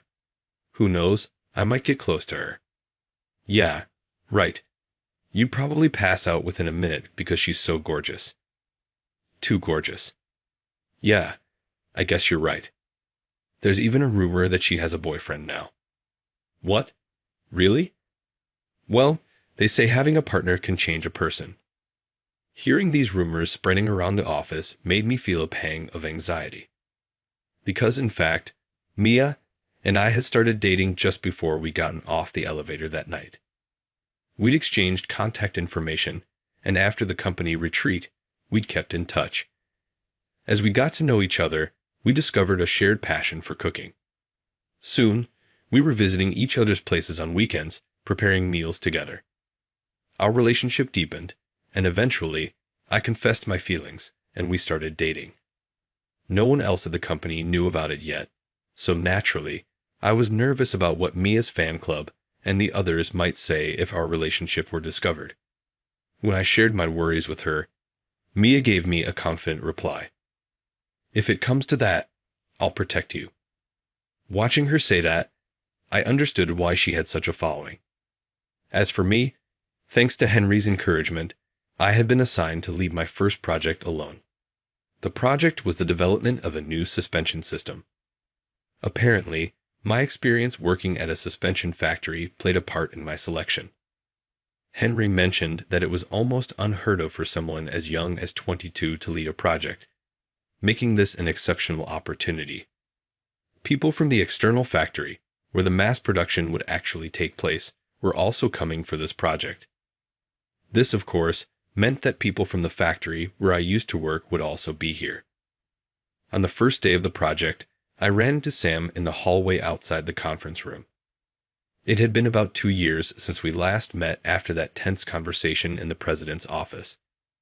Because we had parted on awkward terms, I hadn't spoken to him since. During a short break in the meeting, as I was taking a breather in front of the vending machine in the office, I heard a voice from behind. It was a familiar, nostalgic voice I hadn't heard in years.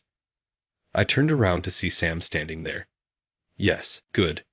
I hadn't expected him to initiate a conversation, so I responded awkwardly, unsure of what to say. Still, I had long regretted that I'd caused trouble for him with my impulsive proposal, affecting the workplace atmosphere. Sam, about back then, I'm sorry." Unable to bear the silence, I ended up apologizing for what had happened. "I'm sorry for the trouble I caused you with my selfish proposal back then, and for making things difficult at work." With my head bowed deeply, I couldn't see his expression, but I could feel his gaze on my back. "Raise your head, Alex. I'm the one who should be apologizing." Surprised by his response, I looked up. According to Sam, he'd have thought my proposal back then was a good one, just like Mr. Nelson had. However, implementing it in the factory was challenging, with concerns about costs and uncertain outcomes. It was around then that he happened to consult with Mr. Nelson, who ended up recruiting me to his company. As a result, you had already made several excellent suggestions before that incident. I thought it was a waste for you to remain just an employee at the factory. I wanted to tell you at the time, but it didn't feel like the right moment. So you weren't angry then? No, I just couldn't find the right words. I sank to the ground, overwhelmed.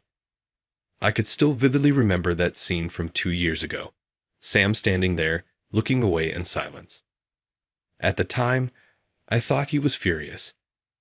Learning the truth after 2 years, I couldn't stop the tears of relief from flowing.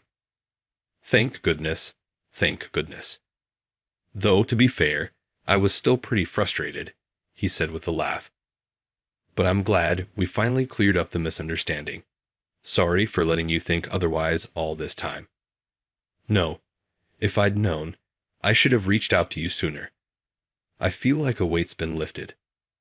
Well, now you'll have to shoulder something even bigger from here on out. I'm counting on you, Alex. With that, Sam turned and headed back to the conference room. The project moved forward smoothly, and the newly developed suspension was successfully completed and set to be installed in the next car model. News of the project's success reached the sales department as well, and of course, Mia had heard about it. The night the project wrapped up, I arrived home to find her waiting for me at the entrance. "Welcome home. I've been waiting for you." She gave me a light hug, and taking my bags, pulled me by the hand to the living room. Once there, I was greeted by the aroma of delicious food, with the table covered in dishes she had lovingly prepared. She had prepared a feast to celebrate my hard work, waiting for me to come home so we could celebrate together. "Did you make all this, Mia?" "Of course. Who else would cook in this house?" Every dish was my favorite. She'd often have dinner waiting for me, but this night, after completing a major project, seeing her efforts felt even more special. Overwhelmed with happiness, I wrapped her in a tight hug. "Hey, you're squeezing me. Let's get married." "What?" Overcome with emotion, the words just slipped out. I reached into my pocket and pulled out a small box. "I've been carrying this around, waiting for the right moment to give it to you." I opened the box and showed her the ring inside. "Is this?" "Yes, an engagement ring. It might seem sudden, but Mia, there's no one else for me but you."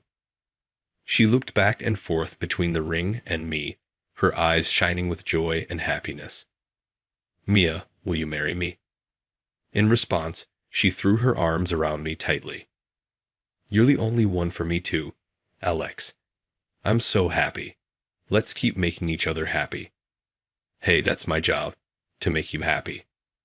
In the months leading up to the wedding, we went around sharing the news. First, we started by reporting to each other's departments. This was done individually, rather than the two of us presenting together. My department mostly congratulated me, though a few people struggled to hide looks of envy from Mia, who had a fan club. The reactions were mixed. Some celebrated her joyfully, while others shed tears of bittersweet happiness. We also went to see Sam, our mutual friend. Though surprised, he smiled and congratulated us warmly, saying, "You've both grown up so much. Congratulations." Naturally, we also visited Mr. Nelson. At first, I was a bit tense, worried he might disapprove, but instead, he bowed deeply and thanked me. "I'm so glad I scouted you back then." Stunned, we listened as he continued, this time addressing Mia. He apologized to her for the loneliness she'd felt as a child and for the difficulties she faced as the company president's daughter. She told me she'd never seen her father apologize before. Seeing this rare side of him and hearing his true feelings, she cried as she hugged her father tightly, like a child finding comfort. Then, I brought Mia to visit my family home. I felt a bit hesitant about showing her my cramped, messy home, but she insisted, wanting to see it before our marriage. When my family heard I was coming home, not only my parents, but also my siblings had gathered to meet Mia and me. It was as lively as always, and though I worried about the chaos, she seemed to find it all charming, laughing happily throughout the visit. She told me later that the warm, crowded dinner around that small, noisy table was a memory she would cherish forever.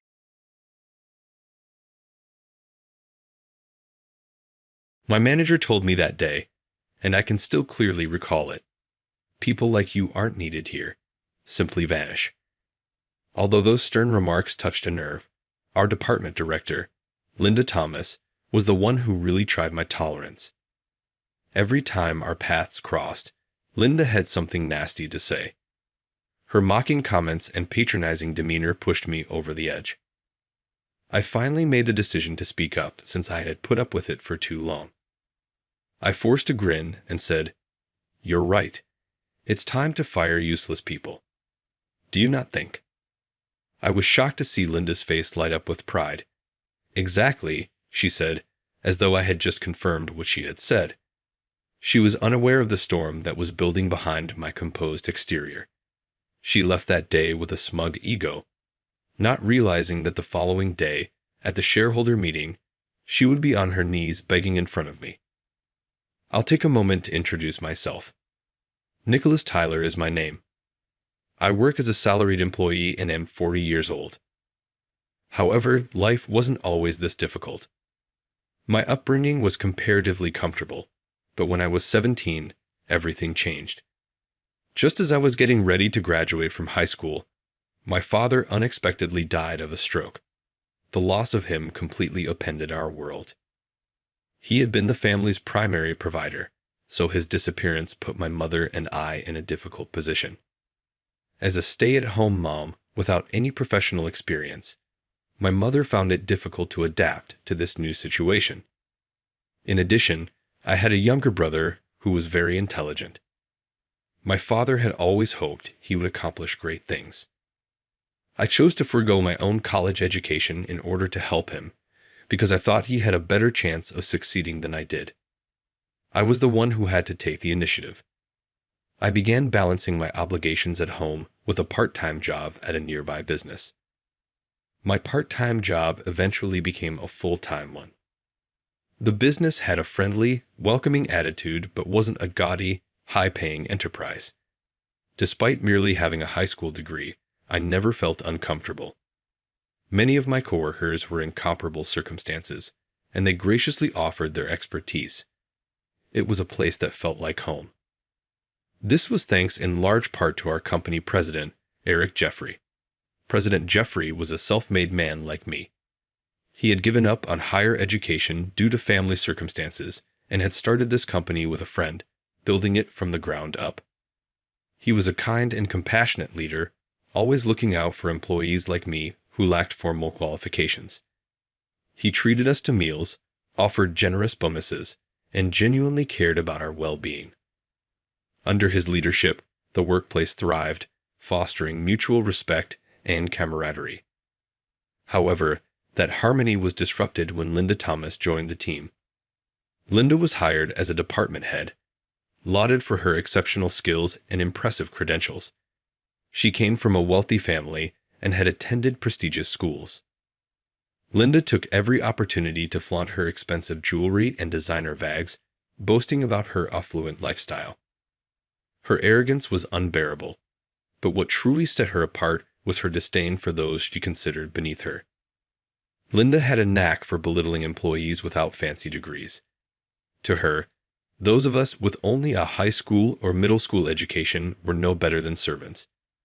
She made no effort to hide her contempt, and her constant jabs were a source of endless frustration.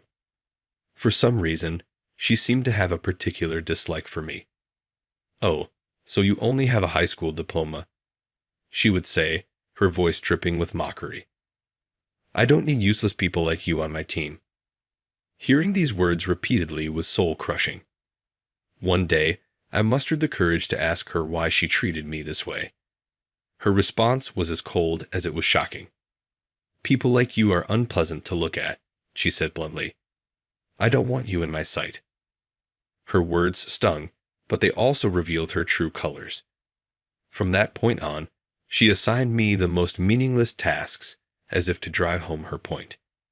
Just the other day, she handed me a broom and a rag, instructing me to clean out an old storage room filled with junk. "This room might be useful someday," she said with a smirk. "Even someone like you can handle this, right?" I tried to explain that I was swamped with work, suggesting we handle it during the year-end cleanup or assign it to someone who was free. But Linda wasn't interested in my reasoning. Her face twisted with anger as she shoved the cleaning tools into my hands. "Are you refusing a direct order from your superior?" she snapped. "You need to start over from scratch." Left with no choice, I started cleaning the room. After about 10 minutes, Linda grew bored and dismissed me. "Next time, do as you're told immediately," she said. "I'll let you off the hook for now." Relieved, I returned to my desk, only for her to storm in later, accusing me of abandoning the task halfway. Her baseless accusations left me mentally and physically drained. Everyone in the office questioned how someone like Linda had become a department head.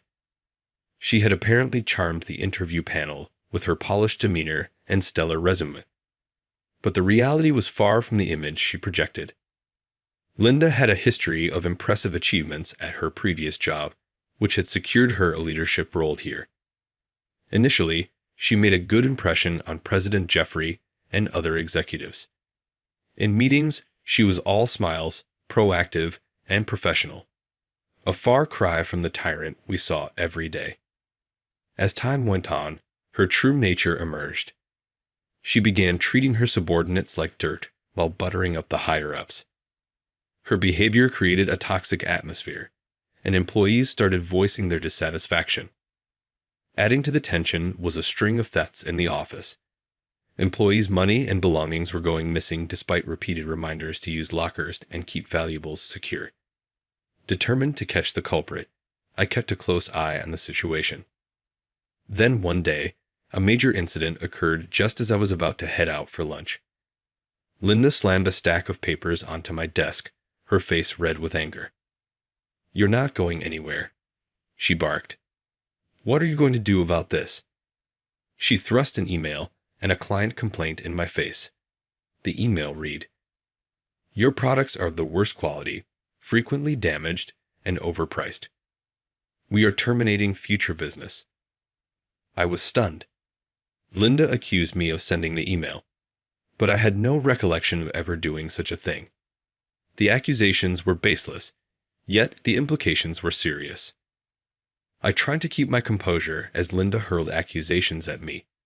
She waved the client complaint and email in my face relentlessly, claiming that I was to blame.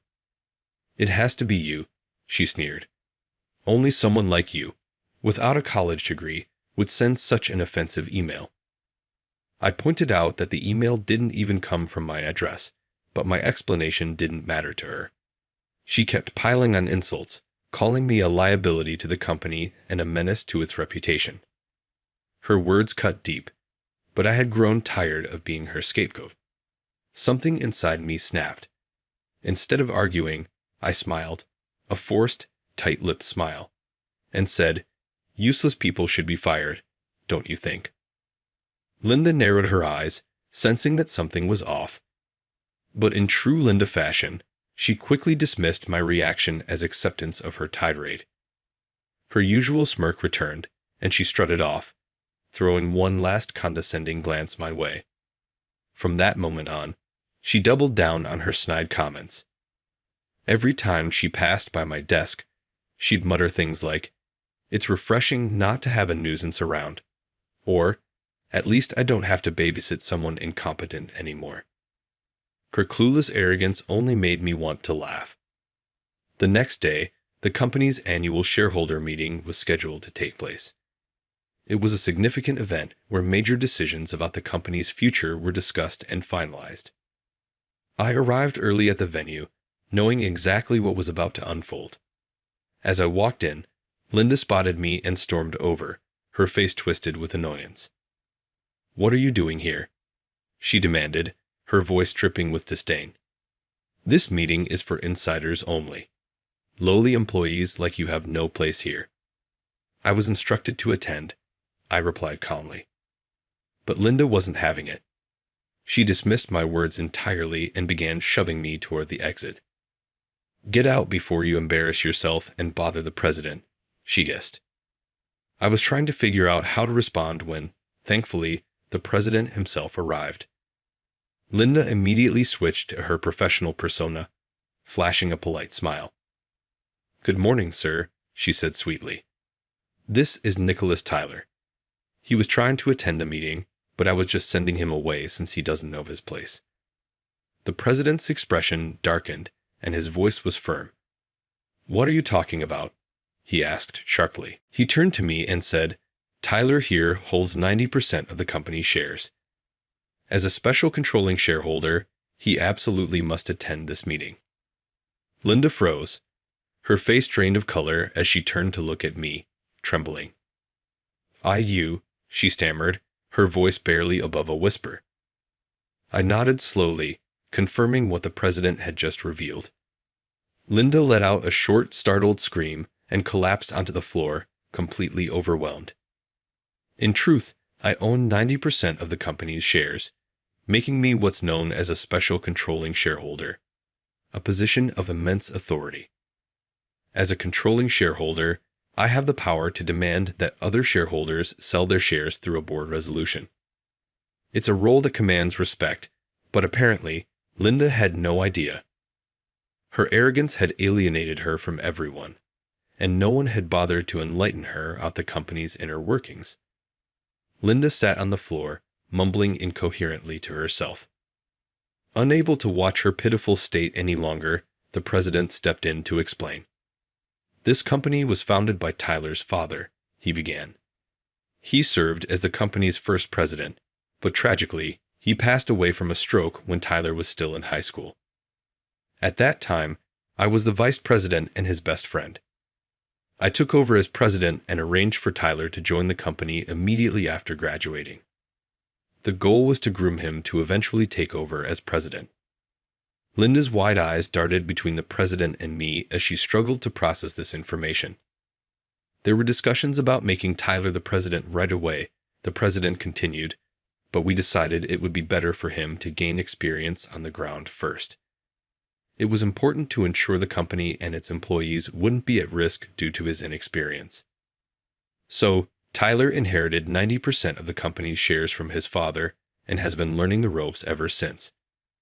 He paused to let the weight of his words sink in before adding, Tyler's younger brother, who recently graduated from college, now serves as the executive vice president.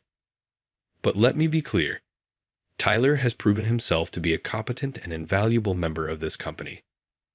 Linda's mouth opened and closed like a fish gasping for air. She tried to stand but stumbled, mumbling, I thought he was just. I assumed. You assumed he was what? The president interrupted, his tone sharp. An incompetent employee just because he doesn't have a college degree. Is that what you're about to say? Linda stammered, I just didn't know. It's wrong for him to hold 90% of the shares.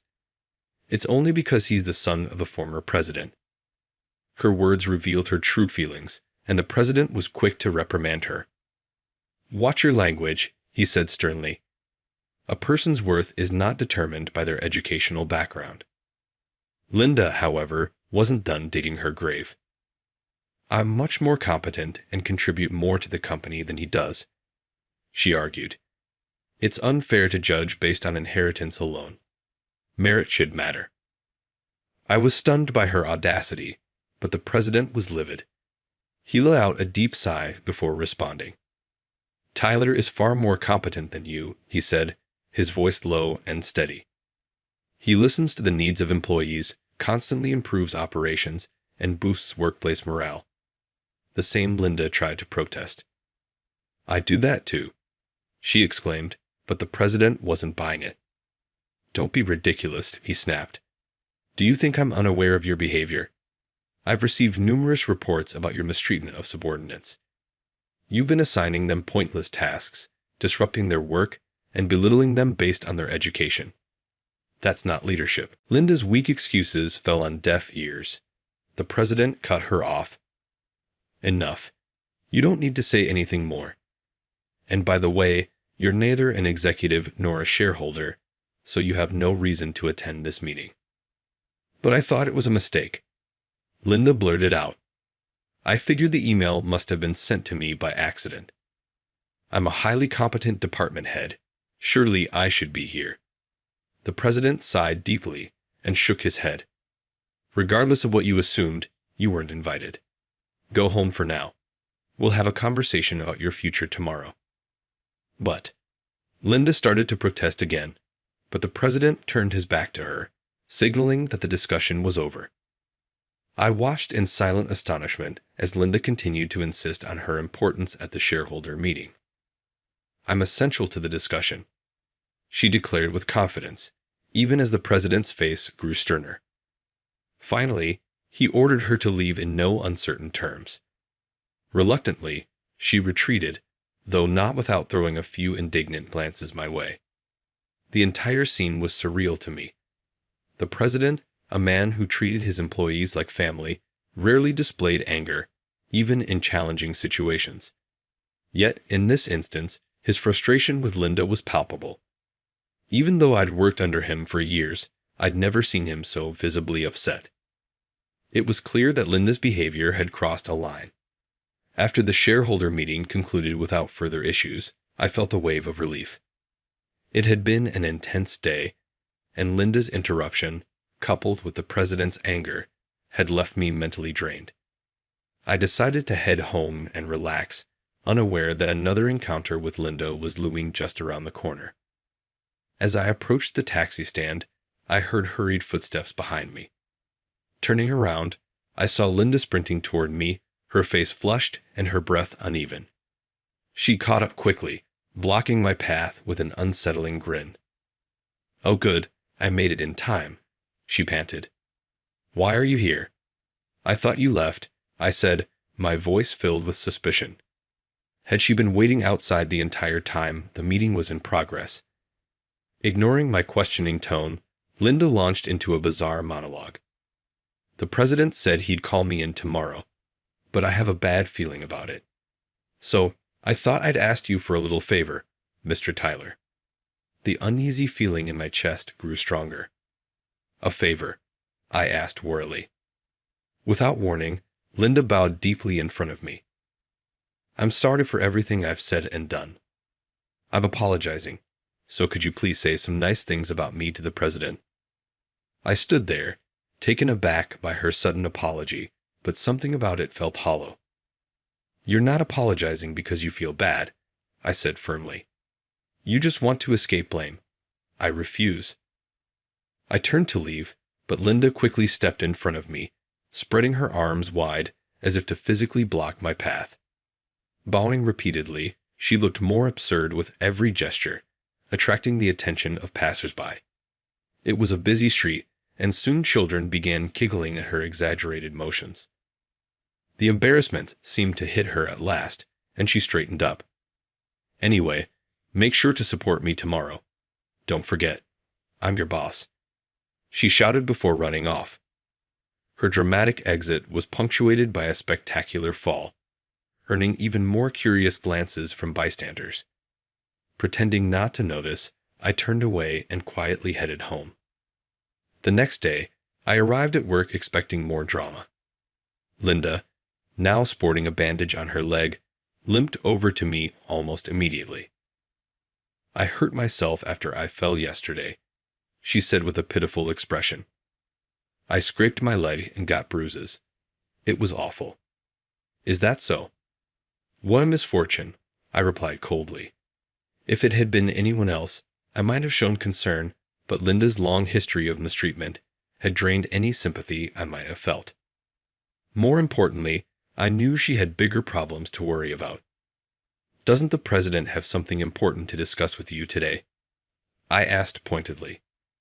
Linda hesitated for a moment before answering. "Right. I was told to go to his office as soon as I arrived."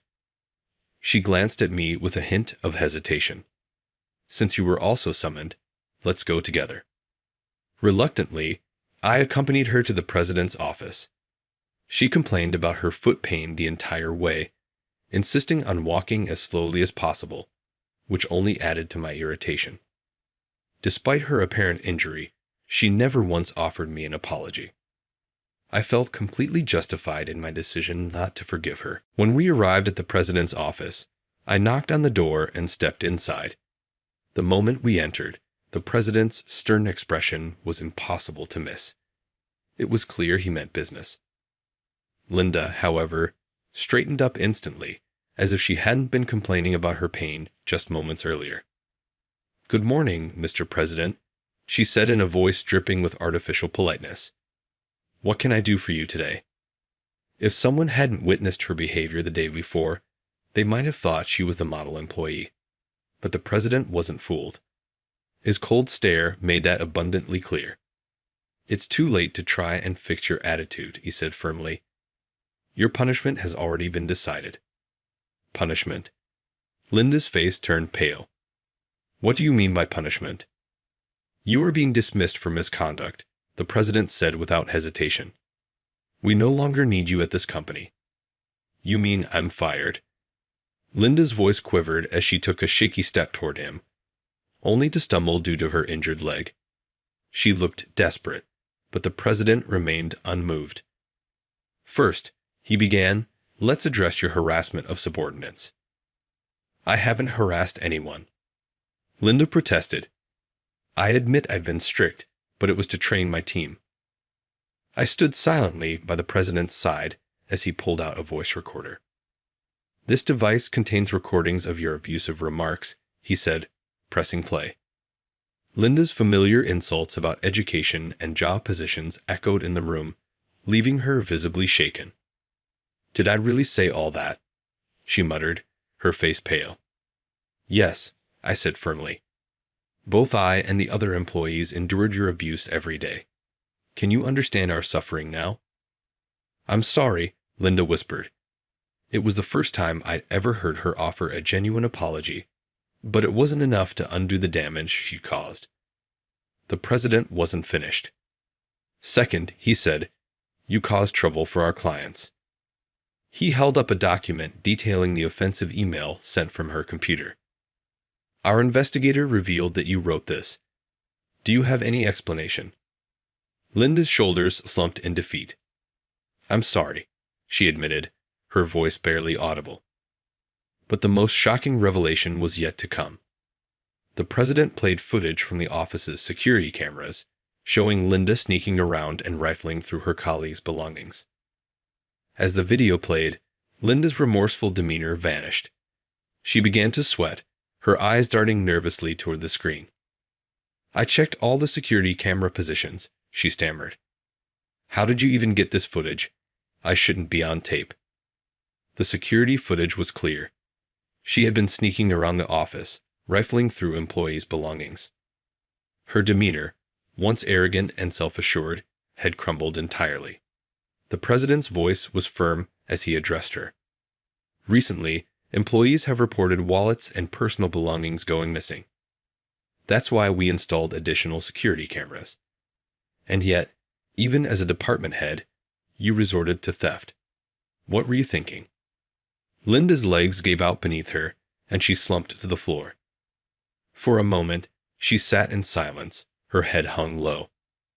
Then, to everyone's surprise, she began to sob.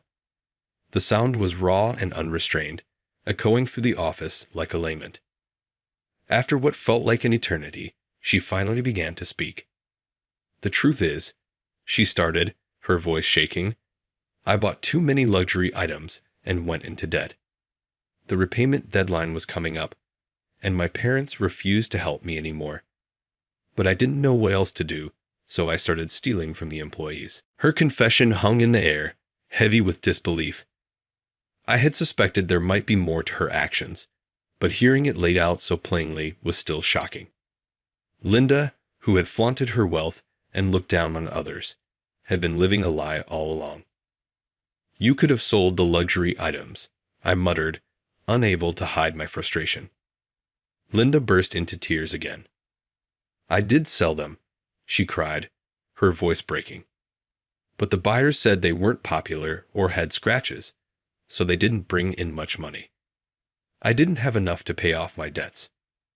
Her words painted a picture of desperation, but they did little to justify her actions. Stealing from her own colleagues, people who trusted her, was a line she should never have crossed. As I looked at her, a small part of me felt pity, but the overwhelming evidence against her made it impossible to excuse her behavior.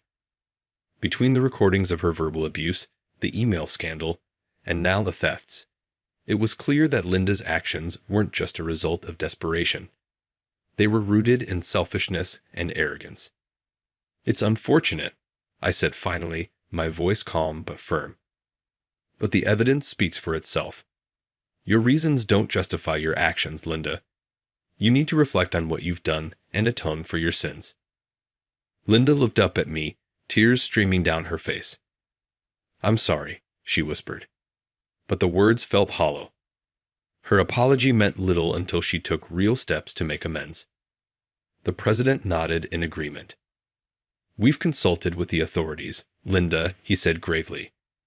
"Your actions have not only hurt the company, but also violated the trust of your colleagues. This matter will be handed over to the police." In the weeks that followed, the consequences of Linda's actions unfolded swiftly. A thorough investigation revealed that her crimes extended beyond the office. She had been stealing from donation boxes at temples and shrines. These acts ultimately led to her imprisonment. The news left me hoping that, in time, she would truly reflect on her actions and work toward genuine change. As for me, life moved forward. I spent my final year of training under Mr. Jeffrey as his secretary, learning the intricacies of running the company. His mentorship was invaluable, and I felt a deep sense of gratitude for everything he had taught me. When the time came for Mr. Jeffrey to step down, I officially took on the role of president. It was a moment of immense pride, but also one of great responsibility.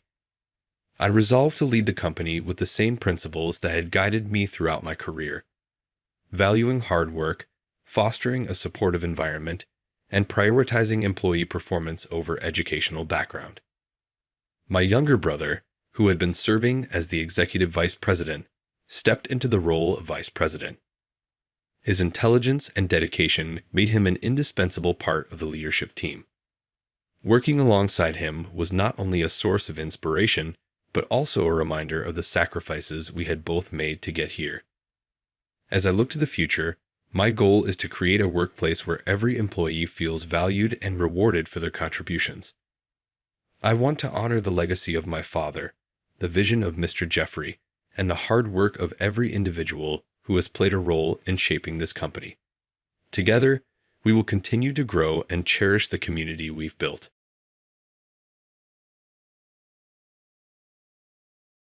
At this pace, what should I do? There will be a concert, and you will be on stage in just 10 minutes. How will you proceed? I've loved the remarkable female violinist who performed the music I envisioned since I was a young girl. To me, she was the perfect woman, my dream, and my idol. However, she was struck by a falling lighting fixture backstage right before her last performance. As she lay in my arms, she let out a little moan. When I looked more closely, I could see that she had a piece of debris stuck in her ankle. She couldn't walk on stage like this because her outfit was also severely damaged. Saying, "I'll do it." What? With that clothing and that injury? However, this is my final show. I can't fail. Let me go, please. However, you won't be able to stand for very long with that foot, and look, you can see the bandages showing through your dress. The audience will perceive it as though you were involved in an accident. Still, I made up my mind after witnessing her eyes fill with tears. I'll handle this. What? What are you discussing? You are of no use. What are you capable of doing? The manager, Travis, gave me a frustrated expression. To him, I was merely a janitor. However, what transpired next would be a miracle I would never forget. In the concert hall where performances are typically placed, I work part-time as a janitor for a music foundation. My name is Kenneth. I keep the dressing rooms, storage spaces, and auditorium tidy. During breaks, I enjoy to look at the empty hall. There is hardly a sound from the outside world in the huge deserted hall. I feel as though I'm the only person in this opulent, spacious room. It would be incredible if I could perform in a hall this size. Looking at my fingers that didn't move precisely the way I wanted them to, I thought to myself, I'm going to become the best violinist in the world and perform for a huge audience someday. Whoa, it is incredible. Naturally, let's perform together on the world's largest stage when you do. Okay, yeah. Two young children, full of hope and dreams, laughed and held hands. After floating into my head, the brilliant memory vanished. What are you doing, Kenneth? Are you still being lazy here? I was startled back to reality by a loud voice. Travis, the orchestra manager, who always appeared to have something against me, was the one who called. You still haven't cleaned the cargo dock completely. Get going and stop wasting time. People who are useless are such a pain. I really don't trust you with anything. I was initially employed by this orchestra as a temporary employee. They initially told me that I would begin with basic office work and eventually manage scores as a music librarian. However, this man apparently singled me out and forced me to do janitorial chores. Have you heard me? You need to clean the storage room, not the hallway. The boxes from yesterday should be moved farther back. I mean, even a fool can manage that. Yes, I understand. As I was about to leave the hall with my cleaning supplies, a woman passed by. This was Sabrina, the granddaughter of the Foundation's director and, incidentally, my childhood friend. Kenneth, what are you doing here? She tilted her head, looking puzzled at me with my cleaning supplies. Just then, Travis came rushing over. Well, Sabrina, welcome. What brings you here today? Oh, I came to discuss the charity concert next week. Travis, why is Kenneth carrying cleaning supplies? Oh, he's a total novice who recently joined us. He knows nothing about music. You see, if you work in the orchestra, you need at least some basic knowledge, but he's just completely clueless. Honestly, he's more of a burden. I thought he could at least handle cleaning, but his slacking off has been quite an issue. As Travis told this to Sabrina, her gaze hardened, and she raised her voice in protest. Excuse me, but do you even know who you're talking about? This person. Sabrina, it's okay. It's fine. It's true. I don't know much. And if I think of it, learning from cleaning, there's no need to be upset. When I stopped her, Travis glared at me with a look that said, "What's a useless guy like you talking so big?" But he quickly changed his expression and started flattering her. Sabrina, you're as beautiful as ever. Just having you here brightens up the place. Next week's concert is bound to be a huge success, just because you're performing. Now, why don't you leave this guy and join me for some tea? Sabrina was speechless. She looked like she still wanted to say something to him, but perhaps deciding to get on with her plans, she gave me a regretful glance before leaving. Later that day, while I was working in the storage room, she came to see me again. Kenneth, I'm so sorry I didn't introduce you here, so you'd end up with this kind of work. Should I talk to Travis for you? Looking apologetic, she'd offered, but I told her it was okay. It's okay, as it was for now. I'm fine just doing cleaning.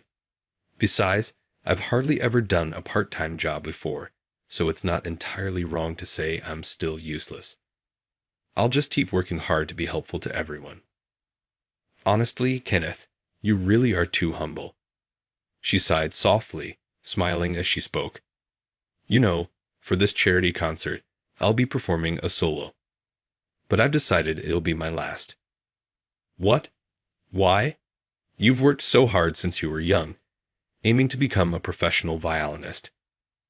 I remembered how, during competitions and university exams, she practiced her violin tirelessly, even sacrificing sleep.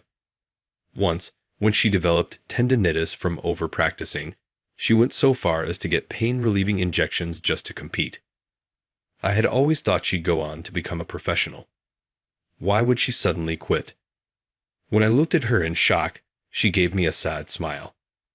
Kenneth, deep down, you know how I feel, right? I'm just tired. Then take a break. If you do, I'm sure you'll want to play the violin again, just like before. Her violin playing was truly exceptional. Without any exaggeration, she'd even received invitations from music groups overseas.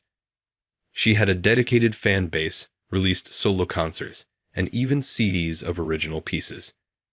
She was essentially already a professional, so it was baffling to think she'd give up her dream. I heard your recent solo concert was sold out, right? Well, that's how it looks, but did you know more than half of the audience was family and people connected to my grandfather's company? What, really? Yes, you can see people's faces clearly from the stage, you know. At first, I was thrilled. thinking so many people had come to hear me play. But when I looked more closely, it was mostly familiar faces, and it just disappointed me. I'm sure Grandpa handed out tickets to boast about his granddaughter. If someone high up in the foundation hands you a ticket, you can't really refuse, even if you don't care about the performance. Sabrina's tone sounded resigned. I worked so hard thinking I earned those awards and people's recognition, but that's not how the world sees it.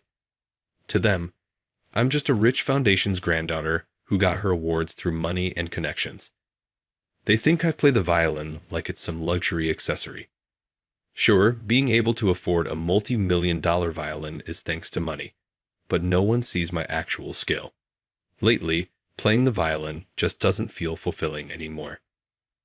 I could feel her pain all too well. The people around her might not mean anything by it, just casually gossiping for entertainment. But each of those words, sharpened with clear malice, deeply wounded her. Just ignore the rumors. Don't let a small group's opinion get to you. Focus on your true fans. People could say comforting things like that so easily, but there are very few people who can truly let things go so simply.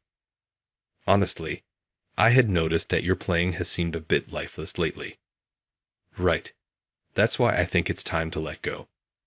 Of course, I'll still perform for places like nursing homes. That's something I find fulfilling. I see.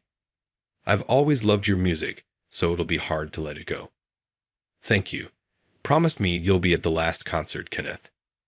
Yeah, I'll be there for sure. On the day of Sabrina's last concert, I had taken the day off. I wanted to fully take in her last performance as her fan, just as I had resolved to do. But just as I had made that decision, I got a phone call. Tragus was calling, saying I needed to come in because someone else couldn't make it. Are you serious? Of all days, it had to be today. An underling like you doesn't get to put in for days off. Hey, didn't I tell you to make sure the stage area's trash was cleaned up? What? I already took care of the trash backstage. Don't lie. When I came in this morning, garbage was scattered everywhere, and it was a hassle to clean up. Make sure you take all that trash to the dump area. Although something felt off, I headed backstage as told to move the trash. Today's charity concert was structured with an orchestra performance in the first half, followed by Sabrina's solo in the second half. Since many performers would be walking around with their instruments backstage, any trash would make it difficult to pass through. I decided to finish up quickly so I could listen properly to her solo performance. Kenneth, there you are. I was worried you wouldn't come since I couldn't see you. Sabrina stood there in her performance attire, giving me a slightly awkward smile. She must be nervous. No way would I miss your last concert. I'll finish up here and listen from my front row seat. Thank you. Since it's my last time, I feel like I absolutely can't mess up, and that's making me nervous. Look at my hands. They're shaking so much. But seeing you here somehow made me feel calmer. She smiled, holding her trembling hands. Then she looked curiously at the trash bag I was holding. What's with that trash bag?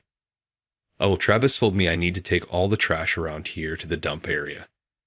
It'd just get in everyone's way otherwise. Right, then let me help you out a little to distract myself. What? No, Sabrina, it's fine. Oh, it's all right. I just felt like moving around a bit. Without a second thought, she reached for the large trash bag in her dress, worried her beautiful dress might get dirty. I quickly tried to stop her, but just then, a towering stage light toppled toward her. Look out! I instinctively jumped forward to shield her. We both tumbled together onto the pile of trash bags, and a loud crashing sound echoed through the backstage as the light hit the floor. You! A small groan escaped her as she laid in my arms. Upon closer look, I saw a shard lodged in her ankle. Sabrina, are you all right? Panicking, I realized it was a piece from the shattered light. Her dress was badly torn, and the wound looked painful. We need to treat this right away. I lifted her up and rushed to the medical room.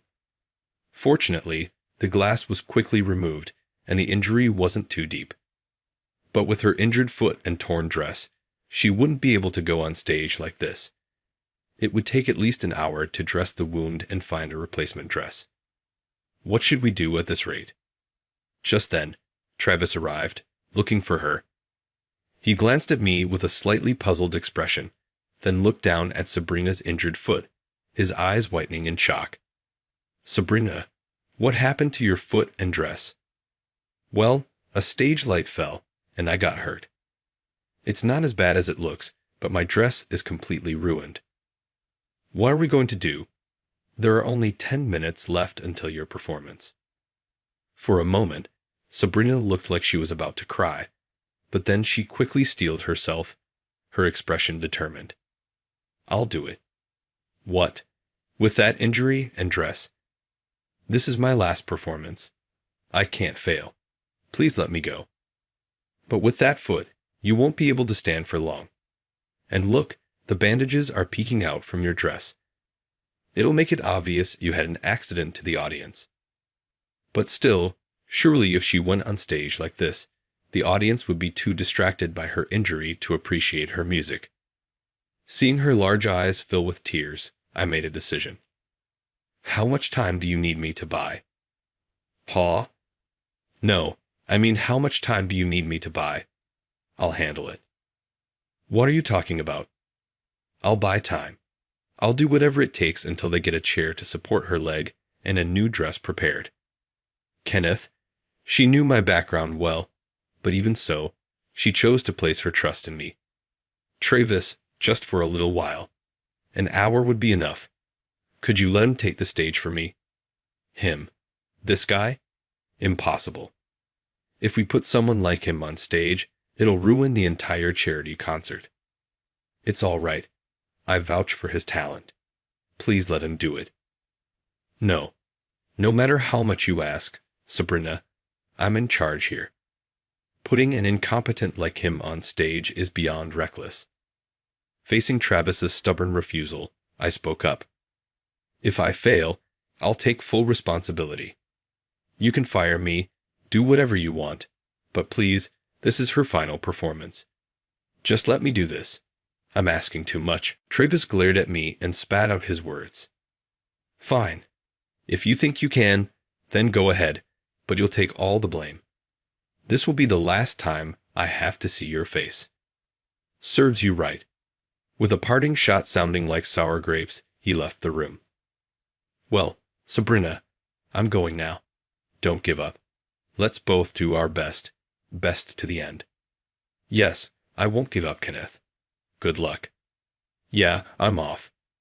With a reassuring nod to her worried smile, I walked toward the stage. From the stage, I could hear lively cheers as the powerful orchestra continued its performance.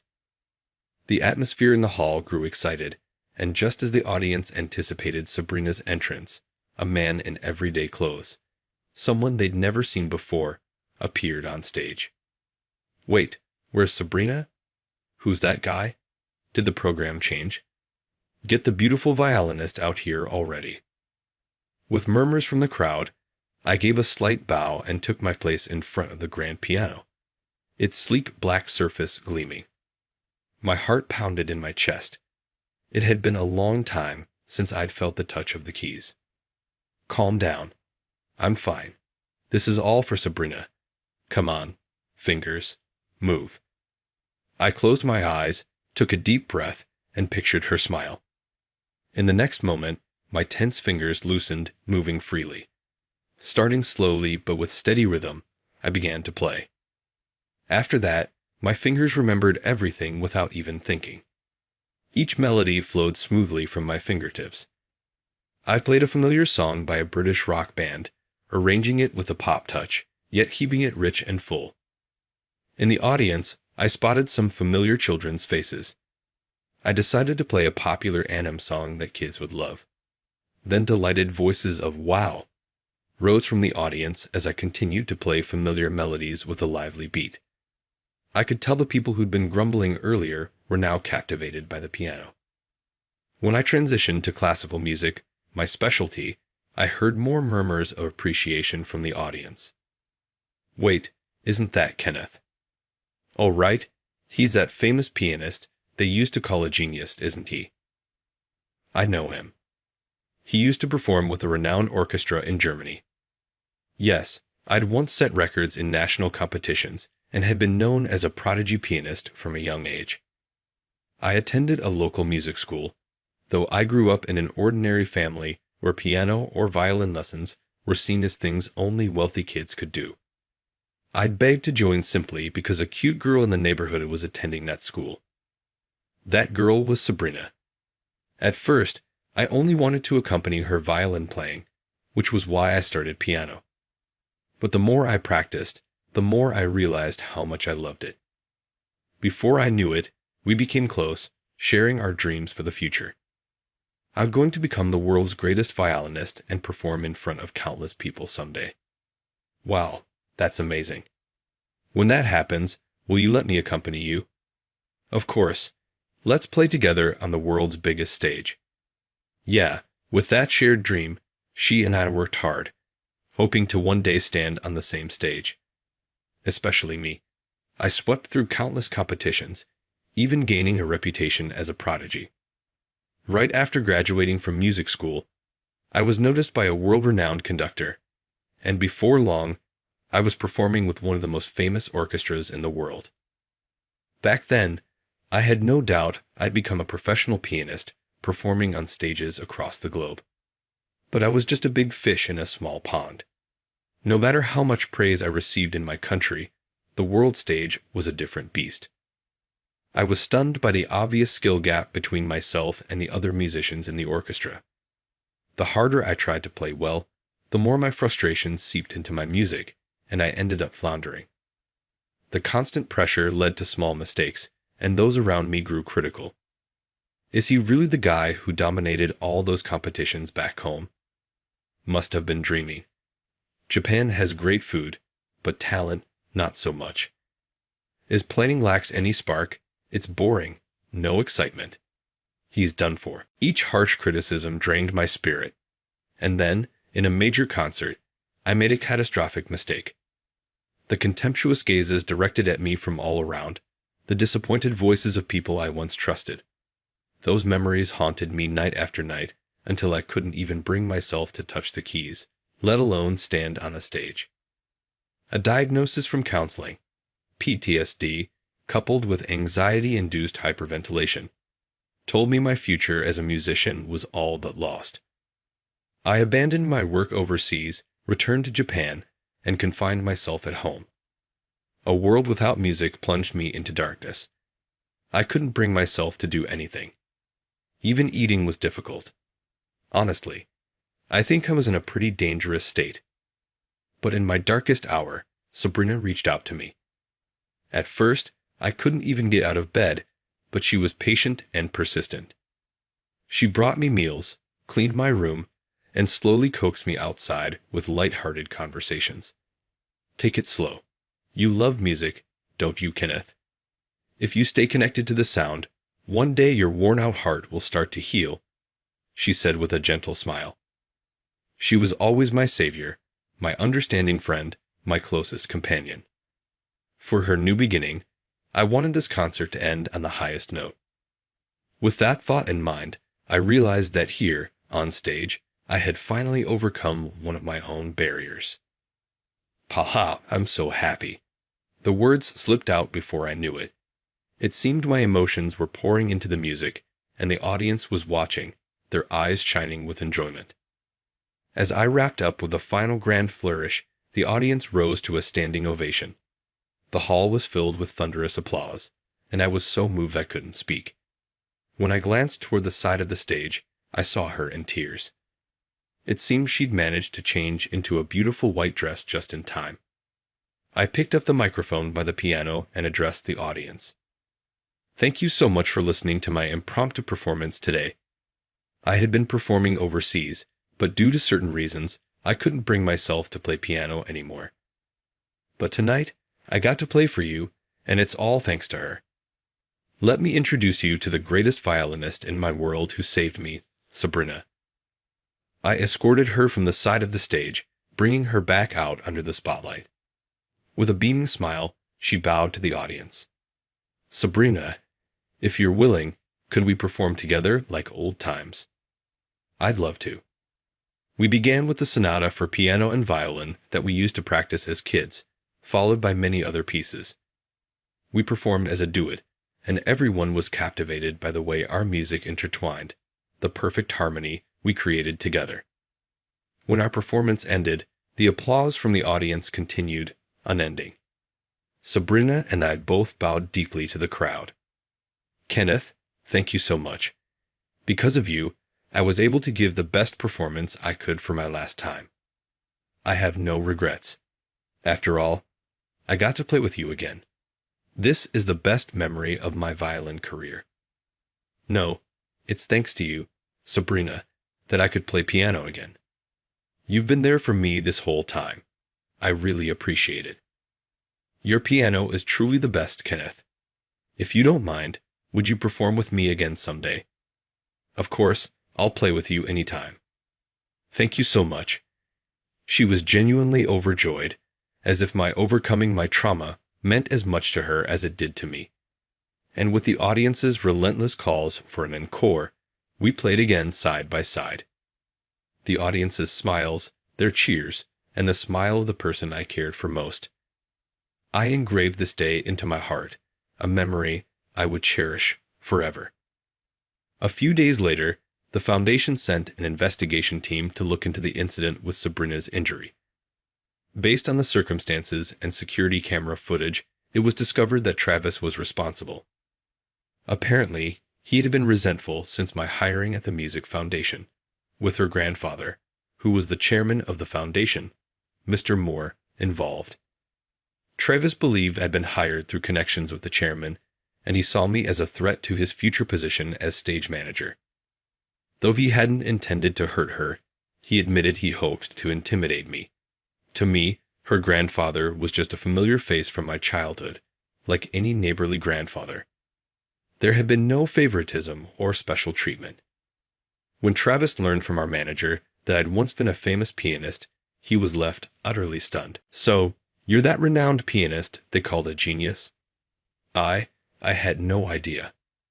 Well, it's been a long time since I last performed in Japan. Turns out, we were both just music lovers all along. Where did I go wrong? It's embarrassing. My past actions can't be forgiven, but I'm really sorry. Your playing was incredible. I could never compare. Haha, I'm pathetic, Travis. There's no hierarchy in music. I know how much you love it. Oh, you're such a good guy, you know that. With a serious expression, Travis looked at me and muttered, fighting back tears. I'm sorry. I'm really glad your hands are okay after that. After that, Travis left the orchestra. No one knows where he went, but I hope he's still involved with music. I was officially hired by the Music Foundation, now overseeing score management as a librarian, as originally intended. My piano performance that night received praise, and I now perform in concerts as a pianist whenever I play. She's by my side. Since then, she also joined the orchestra and now works as its music director.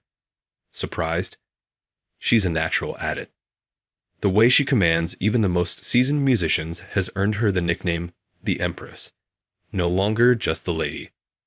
Since that day, we've been partners, both professionally and personally. Having seen each other through the highs and lows, we share a bond of complete openness and trust. When we play our instruments, it's as if our thoughts transcend words. Music has been the core of my life. It brought me to her, gave me fame, and took me to rock bottom. But music also saved me. I'm sure that from here on, I'll keep playing the music I love with the person who means the most to me. Through good times and hard times, music will always be there.